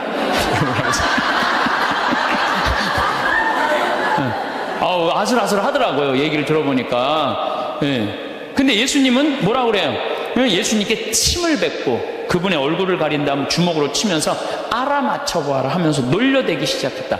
시종들도 예수님의 뺨을 때렸다. 이 욕먹는 걸 넘어서요, 수치감을 겪은 거예요, 예수님. 그런데도 예수님 어떻게 해요? 다 참으시잖아요. 다 참으셔. 우리 성당 활동하면서 조금만 나 비난하고 헐뜯는 사람이 있으면 그거보다 수십 배 더 강한 어조로 상대방 비난해요. 제일 열받는 게 나 때리는 게 누군지 모르고 맞는 거야. 그렇죠? 제일 열받는 게 나 누가 욕하는지 모르고 욕만 떠돌아다녀 성당에. 그게 제일 열받는 거예요. 그 누군지 알면 쫓아가고 한판 할 텐데 누군지를 알아야지. 이게 헛소문이 그렇게 무서운 헛소문이. 예수님 그냥 때리는데도 그냥 그걸 참죠. 아마 내가 그런 입장에 놓였다면 난 속 터져 죽었을지도 몰라요. 심지어 시종들, 종들도 예수님의 뺨을 때려요. 종들도. 예수님 묵묵히 참으시죠. 놀랍지 않으세요? 여러분들 자식 때문에 속상한 적 많아요, 적어요? 자식 때문에 속상한 적 많죠? 내가 지난번에 이 잠비아에 이제 그 자카란다 농장 꾸민다고 설계사 두 분하고 그 포크레인 사장님을 보냈어요. 근데 그 포크레인 사장님이 내가 혼배해 준 사람이야. 근데 나하고 동갑인데 45에 결혼을 했어요. 45에 37살짜리 예쁜 섹시하고. 근데 내가 혼배를 해주면서 제일 걱정인 게 신랑도 나이가 너무 많고 신부도 나이가 너무 많은 거예요. 그래서 혼배를 해주면서 내가 그랬어요. 제발 애들 셋 낳는 게 내가 소원이다. 내가 그냥 혼배를 해주면서 간절하게 기도를 했어요. 근데 딸을 둘을 낳아갖고 온 거예요, 벌써. 그래서 이제 잠비아 갔다가 이제 보고하러 온다고 이제 부인하고 이제 딸 둘을 데리고 왔어요. 내가 맛있는 거 사준다고 읍내 나와갖고 이제 막, 이제 설계사들하고 이렇게 그것도 이제 맛있게 먹는데 애들이 아빠를 너무너무 좋아하는 거야, 아빠를. 너무너무 이제 아빠한테 두 명이 매달려갖고 떨어지지 않아. 1살, 3살짜리라는데 그냥 막 떨어지진 않더라고. 부럽더라고요. 근데 문제는 뭐냐면 나한테 그러는 거예요. 그 정사장이 나한테 그러는, 아우, 신부님, 얘네들이 나를 그냥 이렇게 매달려갖고 내가 저 신부님 맛있는 거 먹지도 못하고 내가 이렇게 힘들다고. 그래서 내가 한마디 했어요. 누가 놔달라고 그랬어? 아니, 걔들이 놔달라고 그런 적 있어? 지들이 좋아갖고 늙어갖고 결혼해갖고 나 둘씩이나 낳고.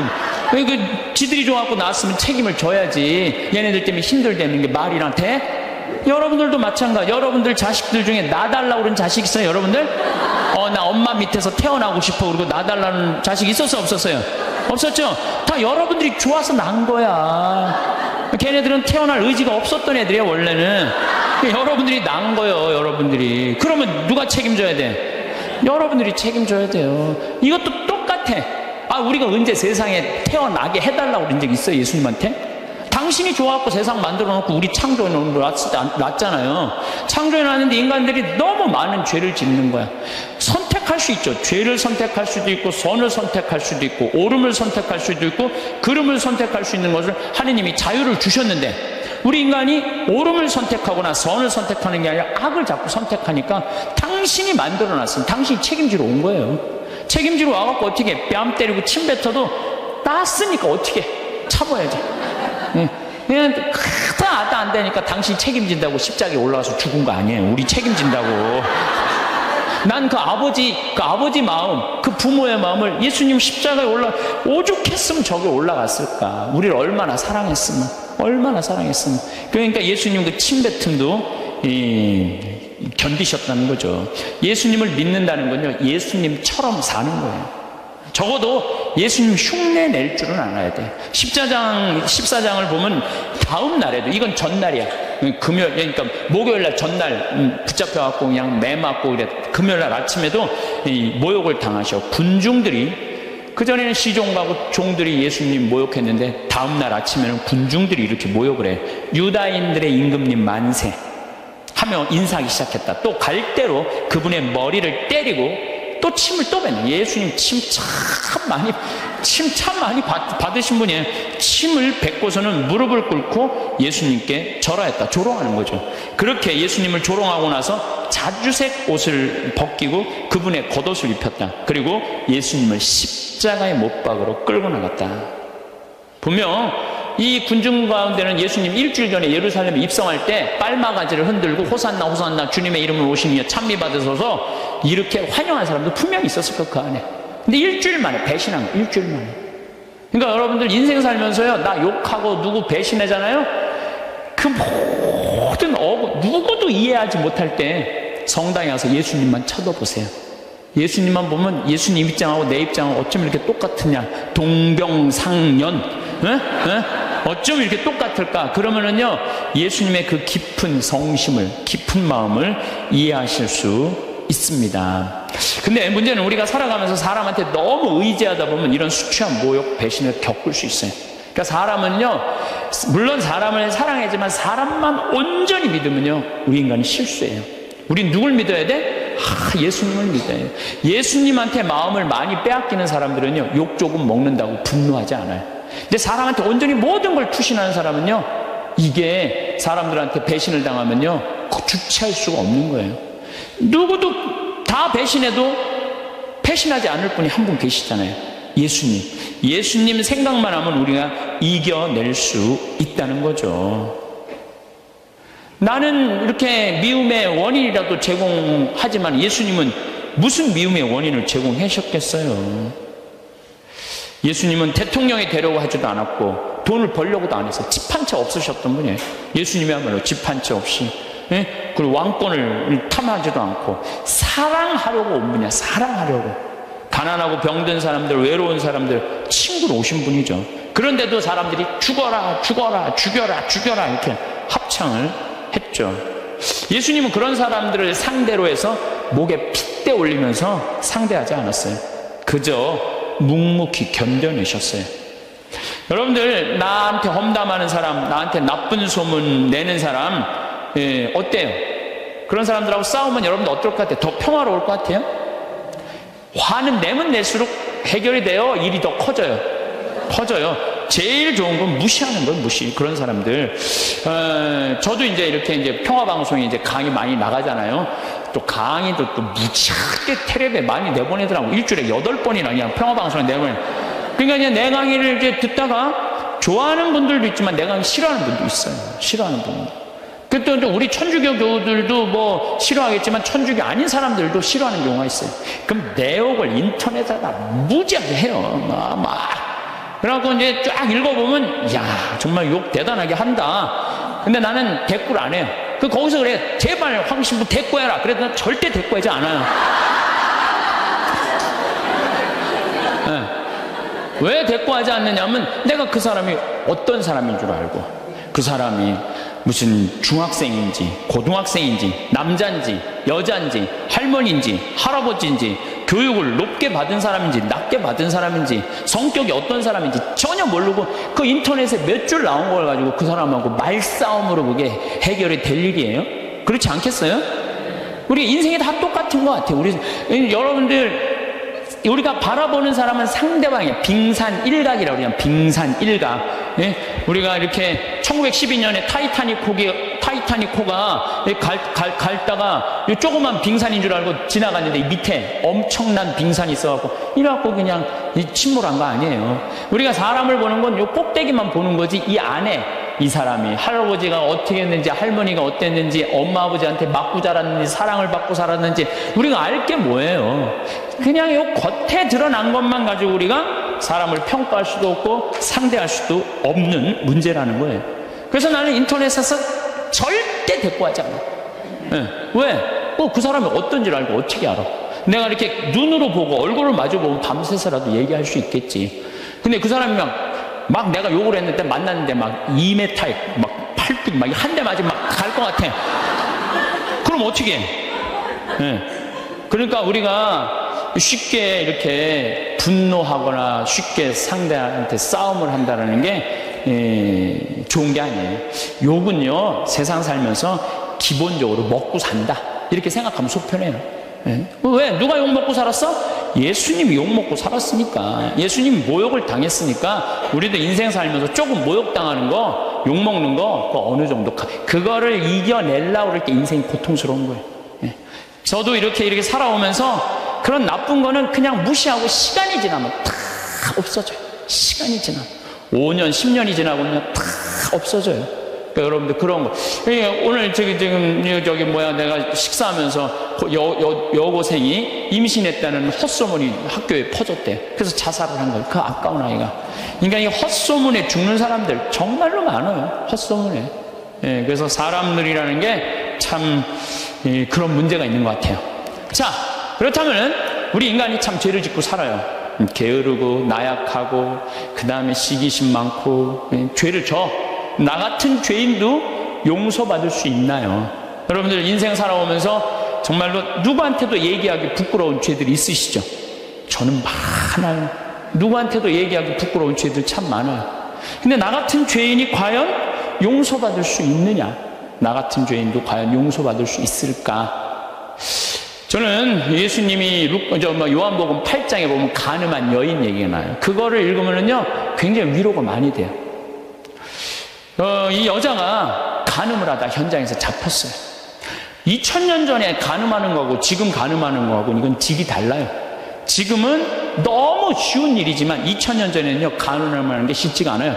그 다음에 당시 이스라엘 사람들은 어떻게 했느냐면은 다 여자들은 다 가리고 눈만 내놨어. 그러니까 어떻게 생겼는지 눈만 보고도 간음을 한 거예요. 눈만. 이 여자 무지하게 예뻤던 여자예요. 그것만 보고도. 그러니까 이 온몸을 다 가려요. 지금도 이스라엘 사람들이 눈만 이렇게 내놓고 다녀요. 눈만. 저 동네 사람 왕래도 없는데 간음하다 이 여자가 붙잡힌 거예요. 그러니까 예수님은 간음에 대해서 단호하셨어요. 만약에 너희들이 우명한 생각으로 여자를 쳐다보면 누나를 빼라고 했어요. 그 정도로 예수님 간음에 대해서. 나는 참 그 성서가 너무 괴로워요. 난 그 성서에 의하면 내 누나는 한 6,000개는 빼야 6,000개. 내 누나는 6,000개는 빼야 돼요. 이 누나 하나도 안 남았을 거야 지금. 아무리 갈아 껴도 계속 빼야 돼. 계속. 도시에 나가면요 대단해요. 도시에 나가면은 요즘 또 여자들이 다리가 얼마나 예뻐요. 옷을 얼마나 야하게 입고 다녀요. 이야, 그럼 그냥 눈알 그냥 빼야 돼요. 눈알. 아마 여기 계신 분들도 눈알 남아있을 사람 별로 없을 것 같은데. 예수님 그렇게 간음에 대해서 단호하셨어요. 간음하면 안 된다. 그런데 간음한 여자가 현장에서 붙잡혔어요.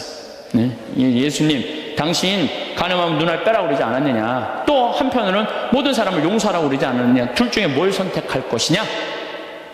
예수님이 이 여자 편을 들면은 상당히 이상해지는 거예요. 근데 2000년 전에 예수님께서 간음한 여자 입장에 쓰여요. 그래갖고 너희 중에 죄 없는 사람 먼저 이 여자를 돌로 쳐. 난 이 여자 입장 이해한다 이거예요. 이야, 이거 대단한 일이에요. 이거 보통 용기 아니면 이게 제정신 가지고는 이거 못해요. 보통 용기 가지 않으면은.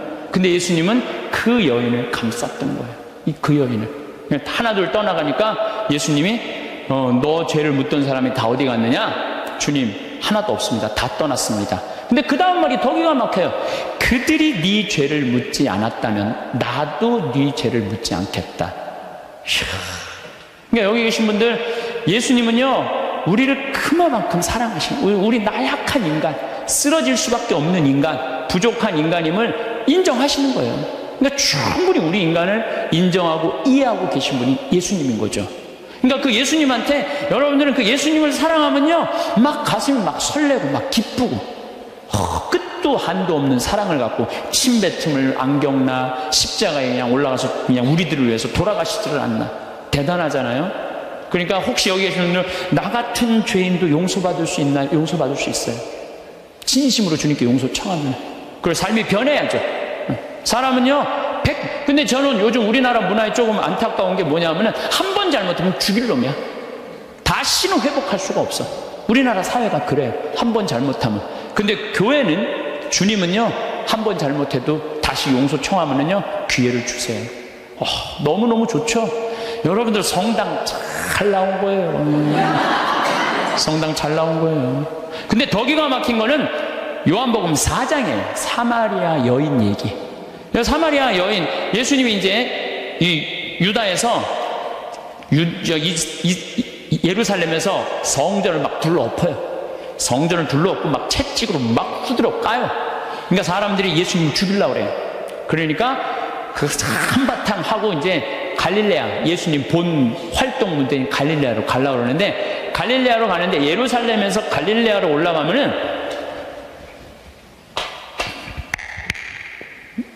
이게 갈릴레아 호수고 이게 사해예요. 여기가 이제 예루살렘인데 여기 사마리아 동네가 있어요. 시카르라는 동네가 있어요. 시카르. 근데 유대인들은요 사마리아 동네를 들어가지 않았어요. 사마리아 동네 들어가면은요 더럽다고. 그래서 이렇게 갈릴레아 요르단강으로 올라가든지 바닷가로 올라가요. 근데 예수님은 돌아가기 귀찮았나 봐요. 그냥 가로질러 그냥 가요. 가로질러. 그러니까 가다가 시카르라는 동네에 가고 정오쯤 목이 마르셨어요. 그래갖고 이제 우물에 딱 앉아 계셨어요. 근데 우물이라는 공간은 누구의 공간이에요? 남자들의 공간이에요? 여자들의 공간이에요? 여자들의 공간이에요. 그 우물가에는 남자들이 가는 게 아니에요.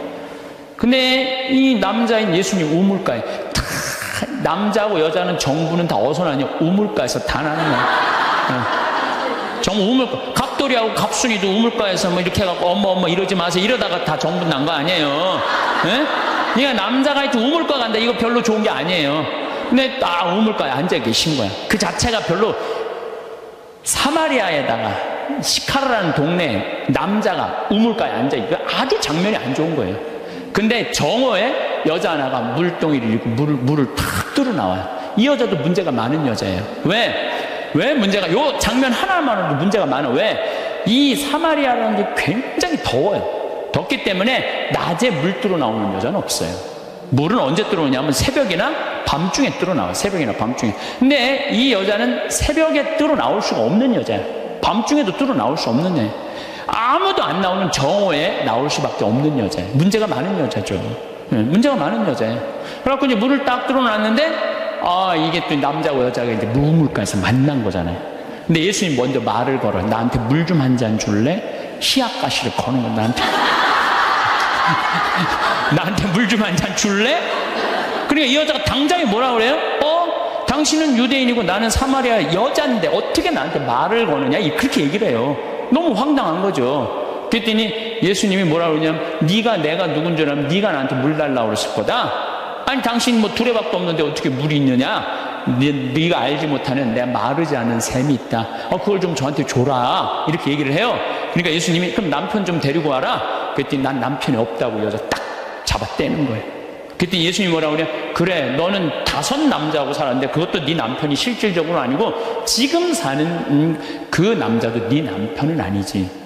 이 여자 깜짝 놀라는 거죠. 자기가 5 남자하고 살았던 걸 아니까.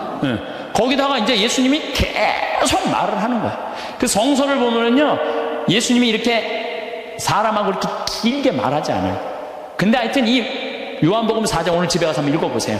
얼마나 긴지. 그러니까 이 여자를 붙잡고 무지하게 오랫동안 수다를 떨고 계신 거야, 지금. 쉽게 말하면 무지하게 수다를 오래 떨고 계신 거야. 그러더니 이제 앞으로는 예루살렘에서 예배하거나 그리짐산, 야곱의 우물 그리짐산에서 예배하는 그런 시대는 끝났다. 이제 정말로 마음으로 예배하는 하나님은 어디나 계시고, 막 구원에 대해서도 얘기하고 예배에 대해서도 얘기를 하네. 그러니까 이 여자가 동네로 가요. 동네로 가갖고 우리가 찾던 구세주를 뵀다, 내가. 그래갖고 이 여자 사람들을 데리고 와요. 데리고 오면서 사람들이 예수님하고 얘기를 하다가 이 여자 마리아는 우리 눈으로 직접 봐서 이분이 구세주임을 우리가 확인했다, 이렇게 얘기를 해요. 다시 말해서 신약 성서에서 첫 여제자가 누구냐면 바로 이 사마리아 여자예요. 첫 여제자가. 파견한 거 아니에요. 동네 갖고 사람들 데리고 온 거 아니에요. 근데 여러분들 생각을 해봐. 이 여자가 5 남자하고 살았던 여자예요. 그러니까 이혼을 5번 한 거예요. 6번째 이 남자하고 사는 여자예요. 이 여자 이뻤겠어, 안 이뻤겠어요? 여러분 5번 정도 결혼할 정도면요 이뻐야 돼요. 이뻐야 돼. 그렇잖아요. 굉장히 예뻤을 거예요. 근데 여러분들 성당에서 이 생각을 해봐요. 신부님, 우리 성당에서 6번째 남자하고 살던 여자가 성당을 나왔어. 그것만 해도 여러분들 대단한 이슈가 될 것 같아요, 안 될 것 같아요? 대단하죠. 6번째 남자하고 사는, 이혼을 5번 하고 6번째 사는 여자가 나왔는데 신부님 미사 끝나고 그 여자를 붙잡고 얘기하기 시작하는 거야. 그것도 성당을 어떻게 운영할 것인가. 그 여자 의견을 물어보는 거예요. 성당을 어떻게 운영하면 좋으냐. 한참 얘기하더니 아니 그러지 말고 그냥 네가 성모회장 해라. 그래갖고 성모회장으로 임명을 했어. 성당 교우들이 그 본당심이와 그 여자하고 뜯어 먹을 것 같아, 안 뜯어 먹을 것 같아요? 뜯어 먹어요. 근데 예수님은요, 그게 중요하지 않으셨나 봐요. 그러니까 우리가 생각하는 죄하고 예수님이 생각하는 사랑하고 너무너무 이게 차원이 다른 거야, 차원이. 여기 계신 분들 지금 한 5 남자하고 이렇게 이혼했다, 결혼했다, 이혼했다 이런 분들 혹시 계세요? 없으시죠? 나는 이것도 굉장히 위험한 말이는데 인생 살면서요 정말 잘못 만나는 남자 있을 수 있어요. 잘 안 맞는 남자. 그래서 이혼할 수도 전 있다고 생각을 해요. 나는 요새 우리 프란치스코 교황님 너무 마음에 들어. 왜 프란치스코 교황님이 마음에 드느냐면은 동성애자들에 대해서 사복적 배려를 해줘야 된다고 그러잖아요. 난 너무너무 마음에 들더라고요. 내가 동성애자 옹호자가 아니에요. 왜 동성애자에 대한 사복적 배려를 해야 되느냐면은 1960년대 초에 DES라는 여성 호르몬제가 발명이 돼. 그러니까 화학 호르몬제, 합성 호르몬제. 그러니까 이게 발견되면서부터 난리가 난 거예요. 전 세계적으로 여자들이 여성 호르몬이 에스트로겐이 정말 중요한데 이게 이제 약으로 먹을 수 있다. 그래갖고 막 임신을 했을 때 이 약에 대한 무서운 걸 모르고 다 먹여요. 임신한 여자들한테. 이 여성 호르몬이 에스트로겐이 몸 애한테도 좋을 줄 알고 다 먹여요. 그래갖고 이제 애들이 다 나왔어요, 세상에. 그런데 20년이 지나고 난 다음에 1980년 이때부터 갑자기 동성애자들이 너무 많이 늘어나는 거예요, 미국에. 동성애자들이 너무 많이 늘어나는 거예요. 그래갖고 이게 어떻게 된 거냐 추적을 해봤어요. 추적을 해봤는데 1960년대 초에 임신했을 때 DS 합성 호르몬제를 먹은 애들이 문제가 생긴 거예요.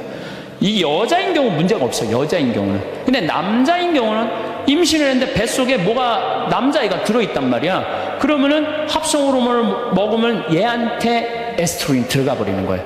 얘한테 뭐가 들어가냐면 테스토스테론이 들어가야 되는데, 남성 호르몬이 들어가야 되는데, 그러니까 몸 안에 얘는 태어나면서 뭐가 많은 거야?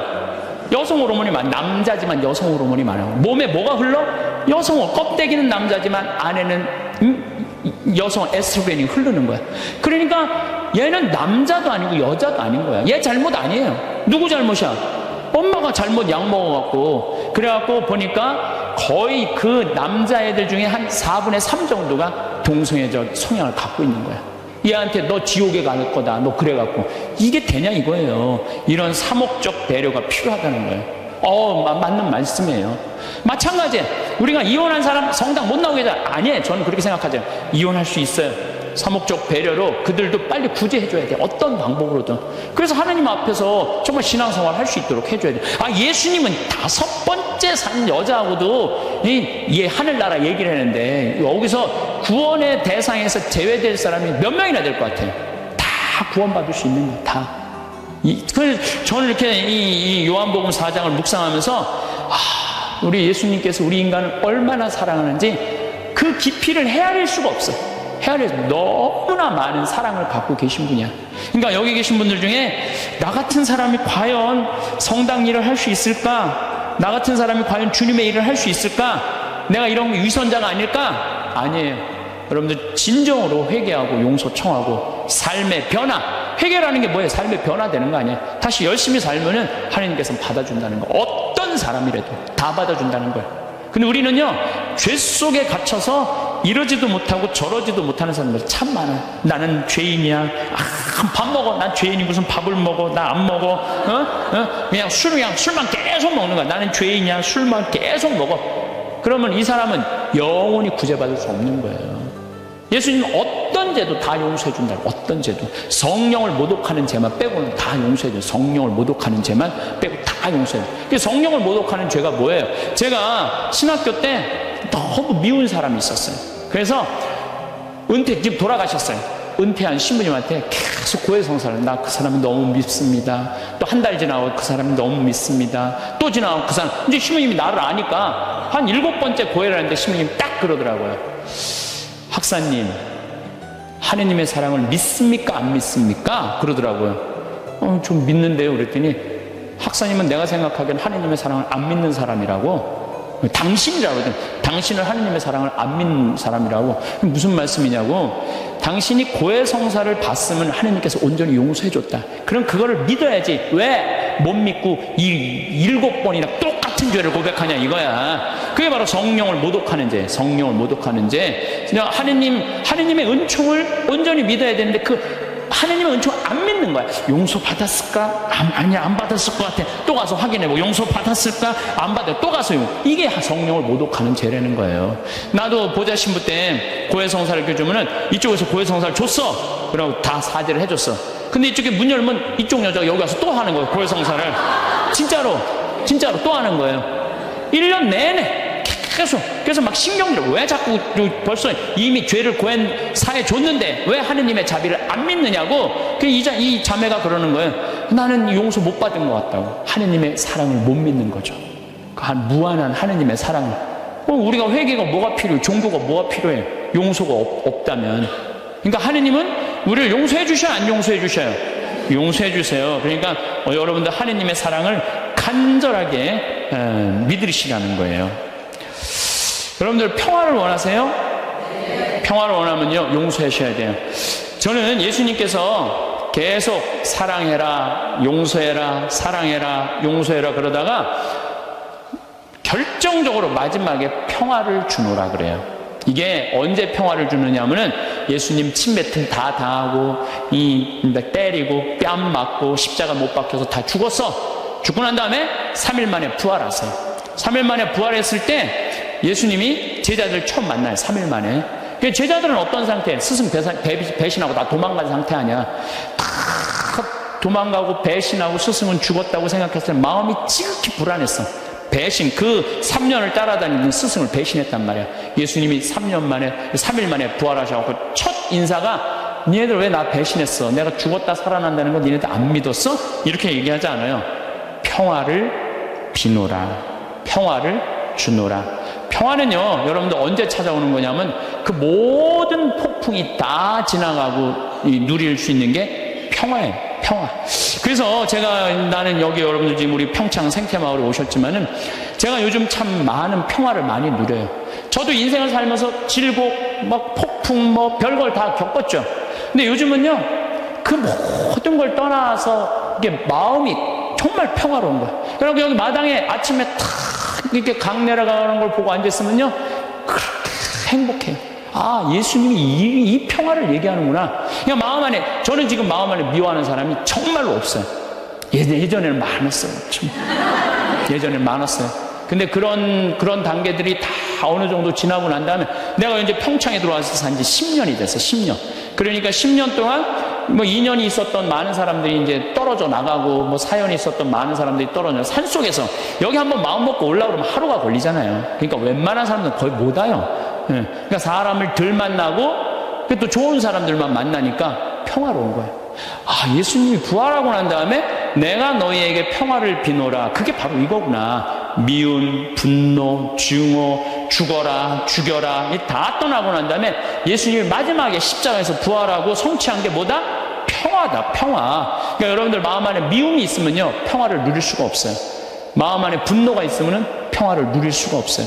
그래서 용서해야 되는 거예요. 그래서 여러분들 우리 마음 안에 남을 찔러 죽이려는 마음의 창을 두들겨서 곡식을 만들어내는 낫으로 만들어야 돼. 마음의 미움을 두들겨서 평화를 만들어내는 사랑으로 만들어야 돼. 그래서 사람을 보면서 막 사랑할 수 있는 그런 마음 여러분들 청하셔야 돼요. 제가 신학교 1학년 때는 별놈이 다 모인 거예요. 52명이 이제 그 별놈이 다 모인 거예요. 그냥 별놈이. 그냥 마음에 드는 놈, 안 드는 놈, 그냥 이상한 놈, 안 이상한 놈, 별놈이 다 있는 거예요. 1학년, 2학년 때는 맨날 그냥 밉고 싸우고 그러더라고요. 근데 3학년쯤 되니까 그런 미움이 다 인간으로 이해가 되고, 그게 이제 화장실에 있으면 발자국 소리도 누구 발자국 소리까지 다 알아요. 같이 이제 기숙사에 살다 보면은. 3학년쯤 되면요, 다 애들이 이쁜 거예요. 다 마음에 드는 거예요. 신학생활이 너무 재미나. 얘를 만나도 좋고 쟤를 만나도 좋고. 그 마음에 안 드는 놈들은 거의 다 나갔고 또 신학교를. 우리가 52명이 들어갔는데 27명이 나갔으니까 그 중에 마음에 드는 놈들만 거의 남아 있었던 거죠. 그러니까 얘를 봐도 좋고 쟤를 봐도 좋고 다 좋은 거야. 그러니까 신학교 생활이 너무 재밌는 거예요. 사랑하는 사람이 많으면 많을수록요 우리가 즐거워요. 저는 이곳 생태마을 우리 직원들은 나를 어떻게 생각하는지 몰라도 나는 직원들이 다 이뻐요. 모든 걸 뿌리치고 여기 와갖고 기숙사 하면서 나하고 같이 농사 짓고 사는 지금 얼마나 고마워요. 그러니까 직원들 보면 기분이 너무너무 좋아요. 직원이 기분 마음에 안 들면은 사실은 사는 게 즐겁지 않잖아요. 근데 직원이 다 이뻐. 만나는 사람마다 다 좋고. 그러니 신나죠. 사는 게 즐거운 거죠. 일은 20년 동안 기다리고 있고. 은퇴하고 나면 또, 요즘 커피숍 그거 생각을 많이 해요. 바리스타를 배워갖고 어떻게 해야 되겠다. 그러니까 일이 있으니까 죄를 안 짓고. 그래서 여러분들 마음 안에 저 대림 일주일에 이 얘기가 나와요. 남을 찔러주는 마음에 창을 두드려서 곡식을 만들어내는 낫으로 만들어라. 여러분들 그래서 마음 안에 창들이 있으면 다 없애세요. 미움 삐죽한 마음들이 있으면 그걸 다 용서를 해줄 때 사랑하는 사람이 옆에 있을 때 그것처럼 행복한 게 없는 거죠. 여러분들 이상우 씨가 그녀를 만나는 곳 100m 전이라는 노래 아시죠? 그녀를 만나는 곳 100m 전에서 가슴이 떨리며 그녀를 만나기 위해 구두도 새로 사고 옷도 깨끗이 차려입었지만 왠지 그녀를 만나기엔 자신의 모습이 못마땅하다는 노래 가사 내용이 있어요. 아시죠? 네, 그녀를 만나는 곳 100m 전. 우리는 신앙이기 때문에 누구를 만나냐면 예수님을 만나요. 예수님을 잘 만나려면 내 마음 안에 미움이 없어야 돼. 내 마음 안에 분노가 없어야 돼. 내 마음 안에 욕심이 없어야 돼. 그래갖고 내가 옷도 차려입고 구두도 사고 꽃도 준비하는 그런 마음으로 예수님을 만날 때 여러분들 행복할 수 있어요. 성신앙 기도 시간도 너무너무 즐겁고. 그래서 저는 용서의 삶이 참 중요해요. 제가 신부가 막 된 조원동 주교자 성당에서 휠체어를 찬 요한나 자매가 있었어요. 몸이 퉁퉁했는데 오늘도 휠체어 타고 오신 우리 형제님도 계시지만 휠체어를 탔어요. 근데 내가 그 자매 집에 가보니까 허름한 집에서 사는 거야. 휠체어를 타고 있는데. 그런데 더 기가 막힌 거는 그 휠체어를 탄 요한나 자매가 뇌성마비로 움직이지도 못하는 병자 셋을 모시고 사는 거야. 자기도 휠체어를 타고 다니는데 뇌성마비 환자 3명을 모시고 사는 거예요. 화장실도 겨우 다니는 그들에게 내가 왜 이렇게 힘든 일을 하냐고 물었더니 자기는 무슨 일이라도 할 수 있고 움직일 수도 있지만 누워있는 뇌성마비 환자들을 움직이지도 못하니까 움직이지 못하는 우리가 당연히 돌봐야 된다면서 그 아름다운 생활을 하더라고요. 우리들은 말로만 회개한다고 용서해달라고 하는 건 의미가 없어요. 세례자 요한이 행동으로 회개하지 않고 세례만 받으려는 바리사이와 사두가이 사람들한테 이렇게 이야기하죠. 독사의 자식들아, 다가오는 진노를 피하라고 누가 너에게 일러주더냐? 회개에 합당한 열매를 맺어라. 죄를 뉘우친다면요, 우리가 회개에 합당한 보석의 생활을 해야 되는 거예요. 공을 쌓아야 된다는 거죠. 행실로 드러나야 된다는 거. 사랑하고 나누는 삶. 특별히 우리 교우들은 세상에 살다 보면 참 미운 일이 많아요. 자식, 남편, 형제, 친척, 나 사기치는 보이스피싱, 미워할 놈들이 너무 많아요. 참. 그래서 저는 교우들한테 생활의 단순함이 참 필요한 것 같아요. 생활이 좀 단순해. 너무 많은 일을 하다 보면요, 이게 죄를 많이 져요. 생활이 단순한 게 참 필요해요. 윤동주 씨가 서시라는 걸 썼죠. 죽는 날까지 하늘을 우러러 한 점 부끄러움이 없기를. 잎새 이는 바람에도 나는 괴로워했다. 별을 노래하는 마음으로 모든 죽어가는 것을 사랑해야지. 그리고 나한테 주어진 길을 걸어가야 되겠다. 오늘 밤에도 별이 바람에 스치운다. 참 내용이 좋은 것 같아. 죽는 날까지 하늘을 우러러 한 점 부끄러움이 없기를. 이런 마음으로 살아가야 돼요. 근데 나는 그냥 하늘을 우러러 그냥 부끄러운 일 천지인데 어쨌든 마음만은 그래야 된다는 거죠. 잎새 이는 바람에도 나는 괴로워했다. 이 양심의 소리, 주님께서 우리에게 들려주는 양심의 소리를 들어야 된다는 거죠. 별을 노래하는 마음으로 모든 죽어가는 것을 사랑해야지. 이 시는 거꾸로 들으면 돼요. 별을 노래하는 마음으로 모든 살아있는 것을 사랑해야지 하고 똑같은 것 같아요. 그래서 여러분들, 제가 별 참 좋아하는 소년이잖아요. 어제도 내가 여기 새벽 1시에 수소성당 강의 이제 우리 평화방송 팀하고 하고 새벽 전부 다 별 보셨죠? 우리 촬영팀들 얼마나 별이 예쁜지 몰라요. 이 세상에 태어난 건 축복이에요. 축복. 근데 그냥 행복한 마음으로 그 별을 바라야 돼. 미움 때문에 땅바닥만 쳐다보면요, 그 별을 못 봐요. 근데 요즘 현대인들은요, 하늘을 볼 생각을 안 해요. 그리고 나한테 주어진 길을 걸어가야겠다. 오늘 밤에도 별이 바람에 스치운다. 좋죠? 다시 한번 이거 읽어드리도록 하겠습니다. 서시 윤동주. 죽는 날까지 하늘을 우러러 한 점 부끄러움이 없기를. 잎새 이는 바람에도 나는 괴로워했다. 별을 노래하는 마음으로 모든 죽어가는 것을 사랑해야지. 그리고 나한테 주어진 길을 걸어가야겠다. 참 예수님, 반갑습니다. 네. 이제 지난주에 이어서 항상 어떤 처지에든 감사하여에 대해서 말씀을 드리겠습니다. 여러분들 참 우리나라 행복한 나라예요. 우리나라처럼 살기 좋은 나라가 없어요. 우리가 6.25 전쟁 끝났을 때 우리나라가 어느 정도로 살았느냐면 세계 가난하기로 세계 6위였어요. IT 아시죠? 지난해 지진이 일어났던 IT하고 똑같았어요. 근데 지금 50년이 지난 지금 IT는 어떻게 삽니까? 정말로 거적대기 속에서 살아요. 그런데 50년이 지난 우리나라는 지금 어떻습니까? 세계 경제 규모 13위, 소비지수 7위, 이탈리아보다도 더 잘 써요. 그리고 올해 1조 달러 경제 규모 1조 달러. 우리 어렸을 때는요 100억 달러 수출 맨날 그러고 자랐어요. 그거 배우고 자랐어요. 그런데 1000억 달러도 아니고 1조 달러. 대단한 거예요. 정말로 대단한 거예요. 전 세계에 이런 나라가 한 나라도 없는 거예요. 원조 받는 나라에서 원조 해주는 나라. 그래서 제가 이 대단한 사람들이 모여 살아갖고 우리나라 이름이 대한민국이라고 그런 거예요. 대한민국이라고. 여러분들 제가 얼마 전에 서안이라는 데서 다녀왔어요. 진시황 묘 있는데. 근데 그 진시황을 끌던 마차가요, 말이 4마리야, 4마리. 그 대단한 진시황을 끌고 가는 마차가 말이 4마리예요. 여기 정조 임금이 아버지 육릉에 갈 때 여기서 말 몇 마리 끌고 왔는지 알아요? 전체 행렬이 120마리도 채 안 됐어요.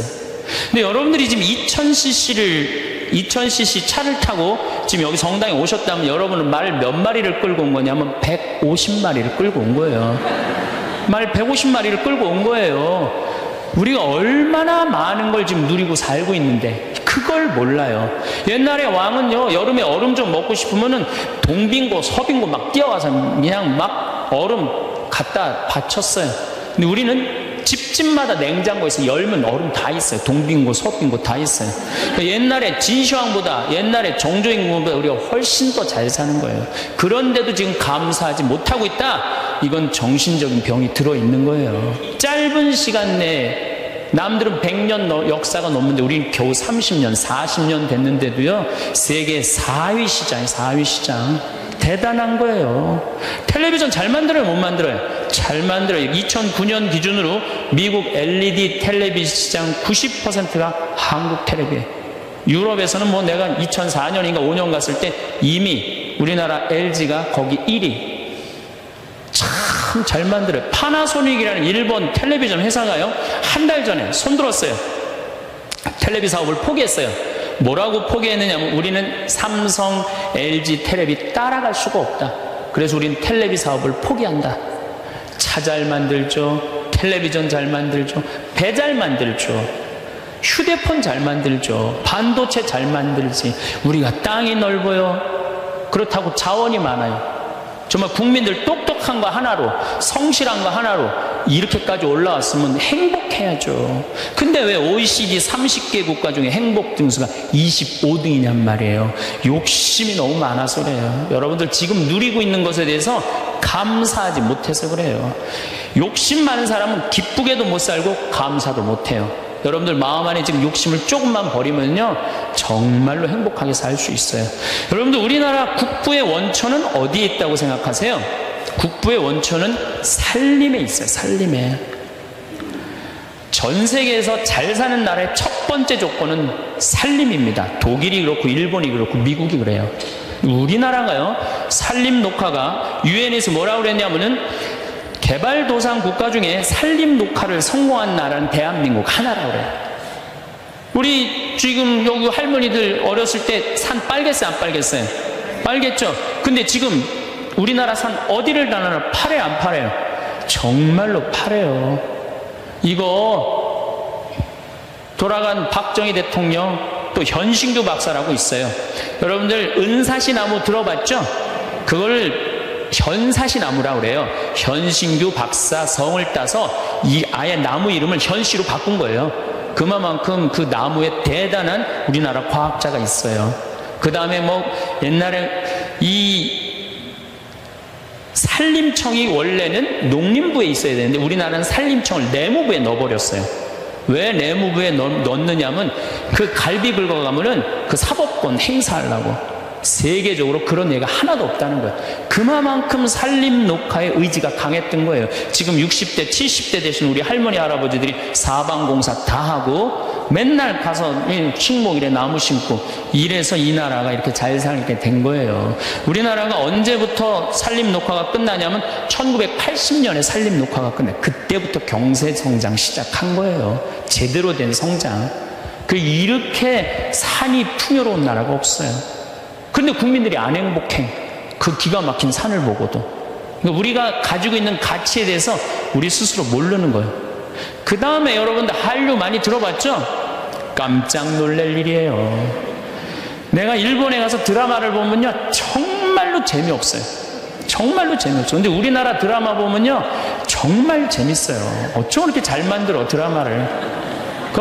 저기 대장금을 내가 케냐 나이로비에 갔는데 거기서 나오더라고요. 중동에서 나오는 건 말할 것도 없고, 중동에서 대장금 할 때는 시청률이 90%라 아예 가게를 열 수가 없대. 사람이 돌아다니지 가게를 열지. 그러니까 사람이 없으니까 가게 사람들도 일찍 들어와서 다 보는 거예요. 그러니까 전 국민이 다 본다는 거예요.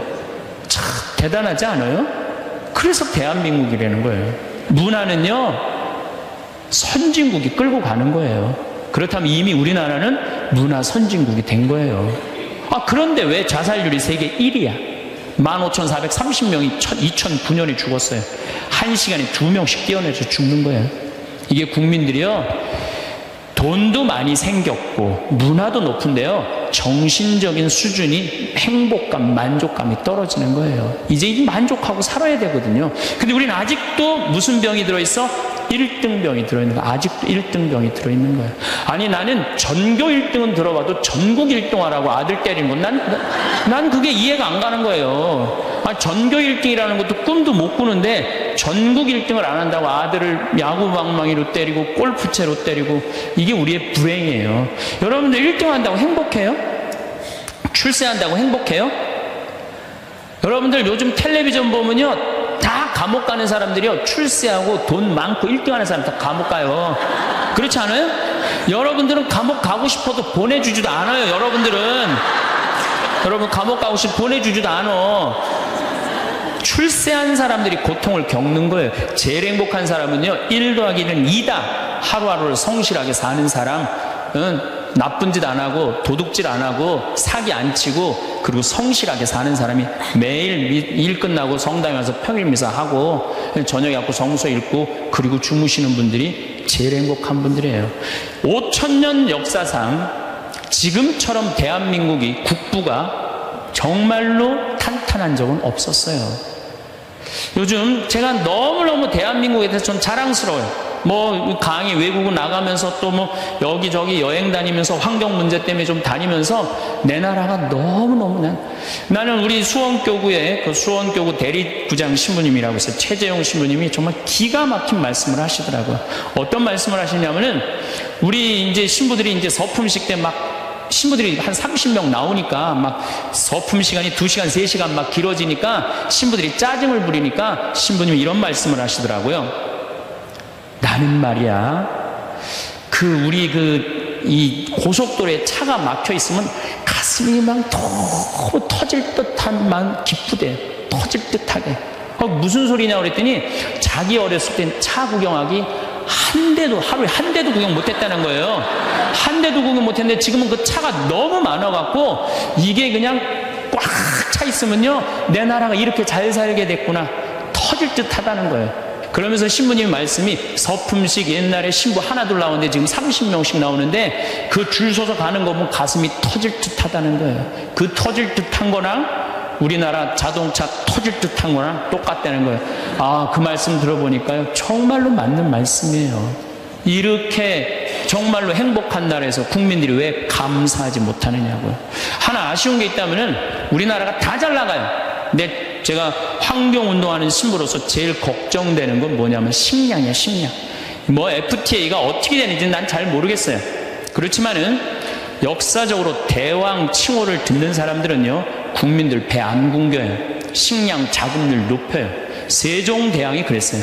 세종대왕이 뭐라 그러냐면 백성은 밥을 하늘로 삼고 나라는 백성을 하늘로 삼는다고 했어요. 먹는 게 굉장히 중요합니다. 먹는 걸 무시하는 임금은요, 성군이 될 수가 없어요. 그래갖고 이 세종대왕이 뭘 했느냐면은 추구기, 이거 다 농사 때문에 한 거예요. 해시계, 이것도 다 농사 때문에 한 거예요. 27%의 백성이 굶어 죽었어요, 세종대왕 때. 근데 세종대왕 때 그거를 해결을 한 거예요. 정조 임금은 수원 소호에다가 인공 호수를 만들었어요. 그래갖고 제발 우리 백성들 안 굶긴다고, 어떻게 안 굶긴다고 뭐를 했느냐면은 거기 연구소를 했어요.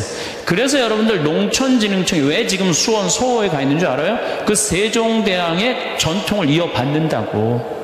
근데 지금 우리나라가 식량 자금률이 27%밖에 안 돼요. 그런데 이번에 FTA를 통해서 더 포기하겠다는 거예요. 우리가 쌓아놓은 거 하루아침에 무너지는 건 식량이에요, 식량. 그래서 이 식량 문제만 우리 국민들이 정말 의식을 갖고 해결해 나갈 수 있다면 대한민국은 앞으로 세계 4위, 3위까지 올라갈 수 있어요. 그 다음 또 하나 잘해야 되는 거, 국회의원들 제발 좀 싸우지 좀 않았으면 좋겠어요. 응? 이 예산안 처리를 한 번도 제때 처리한 적이 없어. 올해도 그냥 넘어가고 있어요. 국민들은 너무 잘하는데, 국민들은 너무 대단한데, 우리 국회는 세계 5대 최대 최악의 국회라고 선정이 됐으니 이게 참 안타까운 거죠. 내가 여의도 와서 강의해서 하는 소리에 저기다 대고 지금. 예. 그래서 우리는 정말로 이제 감사하면서 살아야 된다. 감사하는 사람은요, 행복할 수 있어요. 그렇다면은 우리가 이제 어떻게 하면 행복하게 살 수 있느냐, 그걸 말씀을 드리겠습니다. 우리가 성모님한테 은총이 가득하신 마리아여, 그러죠? 여러분, 은총이 가득한 게 뭐죠? 내가 성당을 한 10년을 졌는데, 성당을 짓는다고 저녁에 삽자루를 쥐고 계속 삽질을 하고 있는데 기운이 안 나. 근데 형제 하나가 와갖고 딱 넥타이를 부르고 삽을 딱 잡으면요, 내가 기분이 너무 좋아요. 그 형제는 무슨 형제? 은총이 가득한 형제. 근데 우리 성모님한테 은총이 가득한 마리아라고 그래. 그래서 성모님은 왜 은총이 가득하냐? 천사가 나타나갖고 마리아, 아이를 가질 것이다. 성모님의 첫째 반응은 그 말뜻이 무슨 말뜻일까? 곰곰이 생각해요. 은총 가득할 사람, 할 수 있는 사람은 첫 번째 조건은 곰곰이 생각하는 거. 내 인생이 어떻게 될까?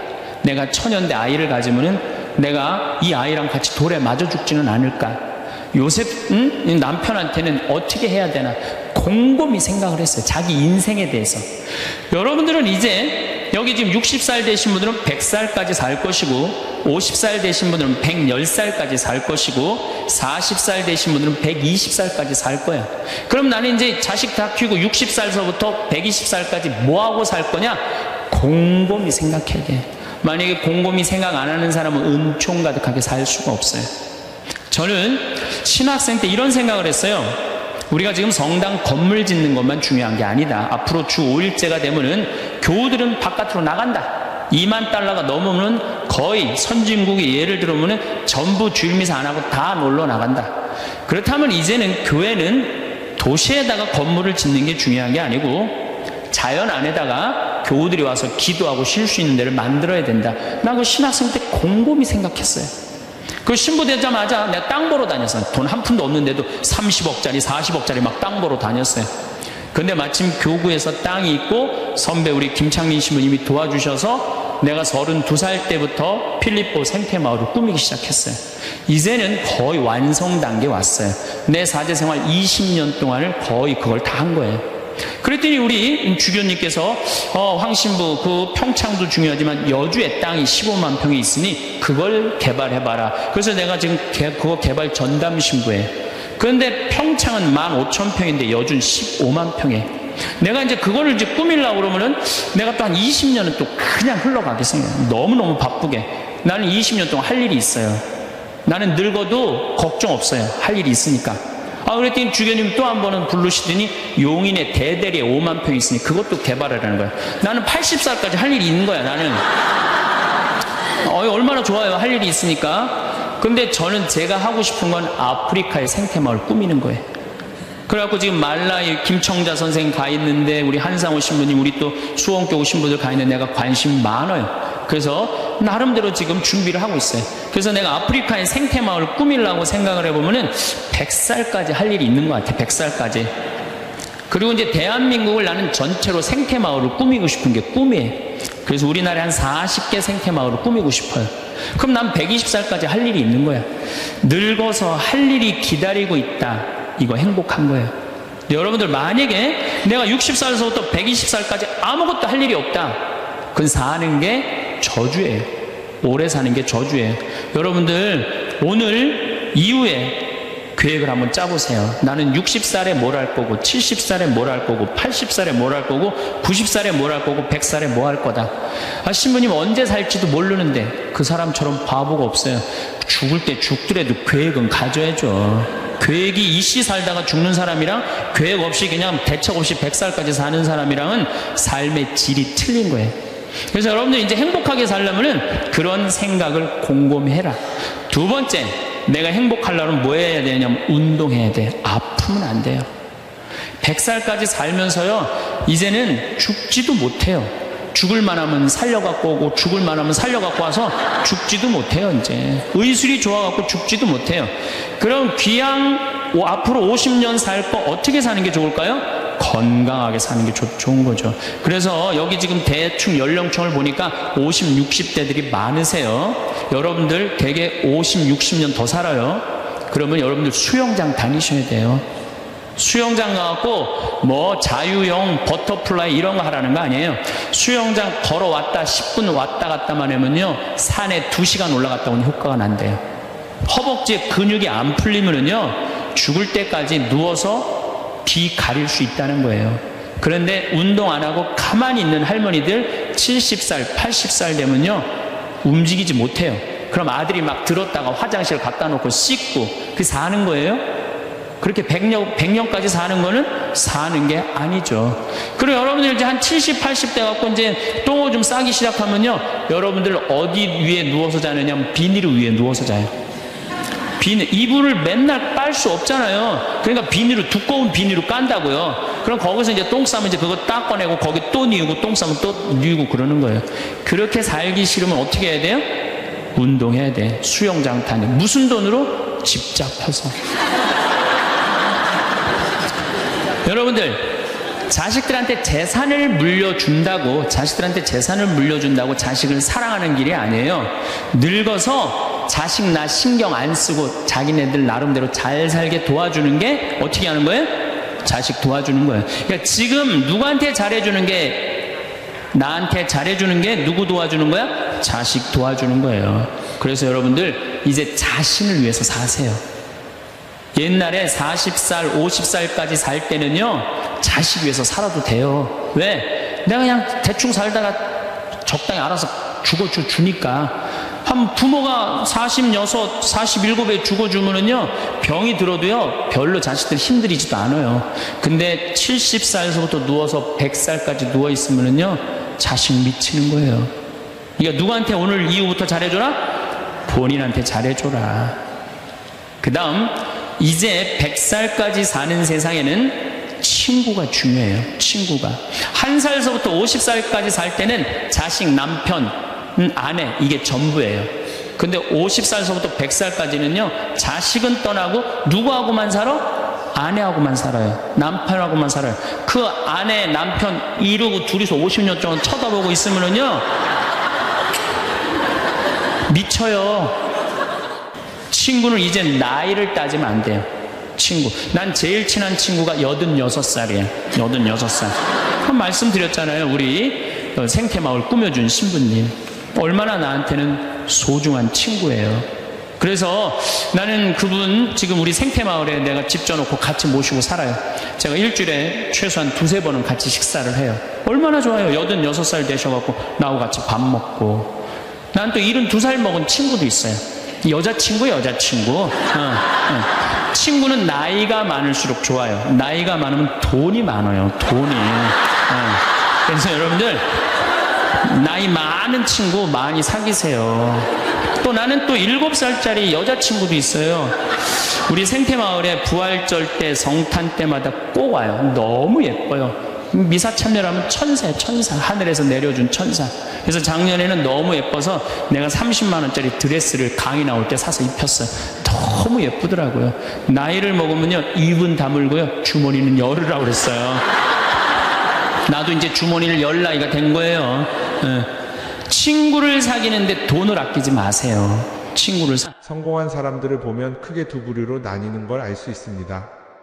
하나는 자신이 성공했다고 여기저기 떠벌리고 다니는 사람들, 그리고 또 하나는 조용히 아무 말 없이 자기 삶을 사는 사람들입니다. 우리는 흔히 성공을 하면 자연스럽게 자랑하고 싶어질 거라고 생각하죠. 좋은 차를 사고 비싼 시계를 차고 SNS에 멋진 사진을 올리고 싶을 겁니다. 왜냐하면 그렇게 하면 남들이 나를 더 인정해 줄 거라고 믿으니까요. 하지만 현실은 그렇지 않습니다. 오히려 진짜 성공한 사람들은 그렇게 행동하지 않습니다. 왜냐하면 보여줄 필요가 없기 때문입니다. 돈이 많다고 높은 자리에 있다고 유명하다고 해서 굳이 그걸 드러낼 필요는 없습니다. 그걸 아는 사람들은 이미 알고 있고 모르는 사람들은 알 필요가 없죠. 그런데도 굳이나 성공했다고 떠드는 사람들이 있습니다. 그런 사람들은 왜 그럴까요? 간단합니다. 그 사람들은 사실 그렇게까지 성공한 게 아니기 때문입니다. 우리는 종종 SNS에서 성공한 사람들을 봅니다. 해외여행을 가고 고급 레스토랑에서 밥을 먹고 멋진 차를 타고 다니는 모습? 그런데 가만히 보면 그런 걸 보여주는 사람들은 언제나 뭔가를 팔고 있습니다. 강의를 팔든 자기 브랜드를 홍보하든 아니면 단순히 자기 자존감을 유지하려고 하든 간에 결국 목적이 있는 거죠. 진짜 부자들은 그렇게 하지 않습니다. 오히려 조용히 아무도 모르게 자기 일을 합니다. 왜냐하면 자랑해서 얻을 게 없기 때문입니다. 오히려 괜히 잘난 척했다가 사람들에게 이용당하거나 시기와 질투를 받거나 쓸데없는 오해를 사는 게 더 피곤합니다. 이건 단순한 돈 이야기가 아닙니다. 사회적인 성공을 이룬 사람들도 마찬가지입니다. 진짜 실력 있는 사람들은 자기 실력을 굳이 떠벌리지 않습니다. 왜냐하면 그럴 필요가 없으니까요. 자기 분야에서 최고라면 사람들이 먼저 알아서 찾아옵니다. 반대로 실력이 부족한 사람일수록 자기를 포장하려고 애씁니다. 우리가 흔히 듣는 말이 있죠. 빈수레가 요란하다. 이 말이 괜히 있는 게 아닙니다. 정말 내실이 있는 사람들은 굳이 시끄럽게 굴지 않습니다. 반대로 겉만 번지르르한 사람들은 자기가 얼마나 대단한지 떠들고 다닙니다. 이걸 좀 더 현실적인 예로 들어볼까요? 동창회에 나가면 꼭 이런 사람이 있습니다. 옛날에는 별거 아니었는데 갑자기 잘 됐다고 나타나서 자기가 얼마나 성공했는지 자랑하는 사람. 처음에는 다들 와 대단하다 하고 들어주지만 시간이 지나면 어떨까요? 대부분 속으로 이렇게 생각할 겁니다. 저 사람 뭐 저렇게까지 티를 내? 결국 그런 사람은 점점 멀어지게 됩니다. 반면에 정말 성공한 사람들은 조용합니다. 굳이 자기가 어떻게 살고 있는지 설명하지 않죠. 그런 사람들은 오히려 주변에서 먼저 알아보고 자연스럽게 존경을 받습니다. 그게 진짜 성공입니다. 그럼 우리는 어떻게 해야 할까요? 내가 뭔가를 이루었을 때 굳이 남들에게 알릴 필요가 있을까요? 물론 가까운 사람들에게 좋은 소식을 전하는 건 좋습니다. 하지만 굳이 모든 사람들에게 나 이렇게 잘 살고 있어요 하고 알릴 필요는 없습니다. 그런 행동은 결국 나에게 득이 되지 않습니다. 성공이라는 건 원래 조용한 겁니다. 내가 잘 되고 있으면 주변 사람들이 자연스럽게 알게 됩니다. 굳이 내가 말하지 않아도 내 행동과 태도에서 묻어나오게 되어 있습니다. 그러니 굳이 보여주려고 애쓰지 마세요. 오히려 그게 더 진짜 성공한 사람의 태도입니다. 사람은 사회적 동물이라고 하잖아요. 혼자 살아갈 수 없고 결국 사람과의 관계 속에서 기쁨도 얻고 때로는 상처도 받습니다. 그런데 한 가지 생각해 볼 게 있어요. 우리가 정말 인간관계가 필요해서 맺고 있는 걸까요? 아니면 그냥 그래야 한다고 배워서 어쩔 수 없이 유지하고 있는 걸까요? 어릴 땐 친구 많으면 좋다고 하죠. 사회생활에서도 인맥이 중요하다는 말을 많이 합니다. 그런데 정작 주변을 보면요, 인간관계가 넓은 사람일수록 스트레스를 더 많이 받아요. 전화벨이 울릴 때마다 이번엔 또 무슨 부탁일까 싶고, 단체 채팅방에서 메시지가 올 때마다 이걸 또 어떻게 대답해야 하나 고민하죠. 관계가 많아질수록 책임과 피로도 함께 늘어나는 겁니다. 어떤 사람들은 인간관계를 줄이면 외롭지 않겠냐고 해요. 그런데 가만히 생각해보면 진짜 외로움을 느끼는 순간이 언제인지 아세요? 오히려 불필요한 인간관계 속에 있을 때입니다.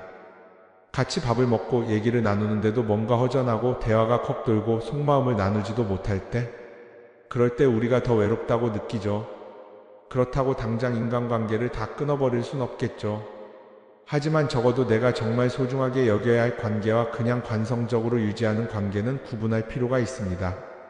예를 들어 매번 나한테 부탁만 하고 정작 내가 어려울 땐 연락 한 번 없는 사람, 내가 실수하면 뒷담화를 하면서 내 앞에서는 웃는 사람, 이런 관계를 굳이 계속 이어갈 이유가 있을까요? 가끔은 이런 경험도 있을 거예요. 우연히 어떤 사람과 친해졌는데 만난 지 얼마 되지도 않았는데 너무 많은 걸 털어놓는 사람들 있죠. 자기 속사정부터 가족 문제, 직장 고민까지 쏟아내는 사람들. 이런 경우 두 가지의 가능성이 큽니다. 하나는 그냥 감정적으로 의존할 사람이 필요해서일 수도 있고, 또 하나는 내가 믿을 만한 사람인지 떠보는 걸 수도 있어요. 어떤 경우든 이런 관계는 오래가기 어렵습니다. 사실 친밀함이라는 건 시간이 필요한 법이에요. 적당한 거리를 두고 천천히 서로를 알아가야 하는데, 초반부터 급격하게 가까워진 관계는 쉽게 무너지는 경우가 많습니다. 처음엔 친하다고 생각했는데 어느 순간 사소한 일로 틀어지고 결국 남보다 못한 사이가 되는 거죠. 그러면 인간관계를 어떻게 해야 할까요? 답은 간단합니다. 억지로 맺지 말고 굳이 유지하려고도 하지 않는 거예요. 내가 편한 관계라면 자연스럽게 이어질 것이고, 그렇지 않다면 서서히 멀어질 겁니다. 그리고 그걸 억지로 붙잡지 않아도 괜찮습니다. 관계를 유지하는데 에너지를 쓰기보다는 정말 소중한 관계에 집중하는 게 더 낫지 않을까요? 어떤 사람은 내가 인간관계를 줄이면 나중에 나 혼자 남는 거 아니냐 걱정하기도 해요. 그런데 생각해보면요, 진짜 나를 위하는 사람은 많지 않아요. 인간관계를 줄인다고 해서 완전히 혼자가 되는 게 아닙니다. 오히려 불필요한 관계를 정리하고 나면 남아있는 관계들이 더 단단해지고 가치 있게 느껴질 겁니다. 예전엔 인맥이 자산이라는 말을 많이 했어요. 그런데 요즘은 꼭 그렇지도 않죠. 오히려 불필요한 인간관계가 많으면 그게 짐이 될 수도 있어요. 적당한 거리, 적당한 선. 이걸 잘 지키는 게 결국엔 가장 편한 인간관계를 유지하는 방법 아닐까요? 한번 곰곰이 생각해 보세요. 지금 내 주변에 있는 사람들 중에서 내가 정말 편하게 만날 수 있는 사람이 몇 명이나 되는지, 내가 억지로 맞춰주고 있는 관계는 없는지. 관계를 줄이면요, 외로워지는 게 아니라 오히려 더 자유로워집니다. 그리고 자유로워진 만큼 내 인생에서 정말 중요한 것에 집중할 수 있게 됩니다. 인간관계 너무 많은 걸 신경 쓰다 보면 정작 중요한 걸 놓칠 수 있어요. 그러니까 이제는 한 번쯤 정리해보는 것도 나쁘지 않을 겁니다. 사람들이 돈을 많이 벌고 싶어 하는 이유가 뭘까요? 단순히 돈이 많으면 좋으니까? 물론 그것도 있겠지만 사실 돈을 원하는 진짜 이유는 더 나은 삶을 살기 위해서겠죠. 그런데 문제는 돈을 많이 번다고 해서 반드시 삶이 나아지는 건 아니라는 겁니다. 오히려 더 많이 벌수록 더 많이 쓰게 되는 경우가 많아요. 가끔 이런 생각해 본 적 없으세요? 예전에는 돈이 지금보다 훨씬 적었는데 이상하게 그때가 더 여유로웠던 것 같다. 왜 그럴까요? 사실 우리가 원하는 건 돈 그 자체가 아니라 돈을 통해 얻을 수 있는 자유인데, 돈을 벌면 벌수록 그 자유를 잃어버리는 경우가 많아요. 더 좋은 차, 더 좋은 집, 더 좋은 옷을 사면서 점점 더 많은 돈이 필요해지고 결국엔 돈을 벌기 위해 또다시 일해야 하는 악순환에 빠지게 되는 거죠. 한번 생각해 봅시다. 우리가 정말 필요해서 뭔가를 사는 경우가 얼마나 될까요? 필요해서라기보다는 남들이 가지고 있으니까, 없어 보이기 싫으니까, 혹은 그냥 기분 전환을 위해서 소비하는 경우가 훨씬 많아요. 그리고 그런 소비를 할 때마다 스스로 이렇게 합리화를 하죠. 이 정도는 나를 위한 투자야. 그런데 가만히 보면 그 소비가 진짜 나를 위한 소비인지 아니면 그냥 사회가 만든 기준에 끌려가고 있는 건지 헷갈릴 때가 많습니다. 예를 들어 예전에는 스마트폰 하나면 충분했는데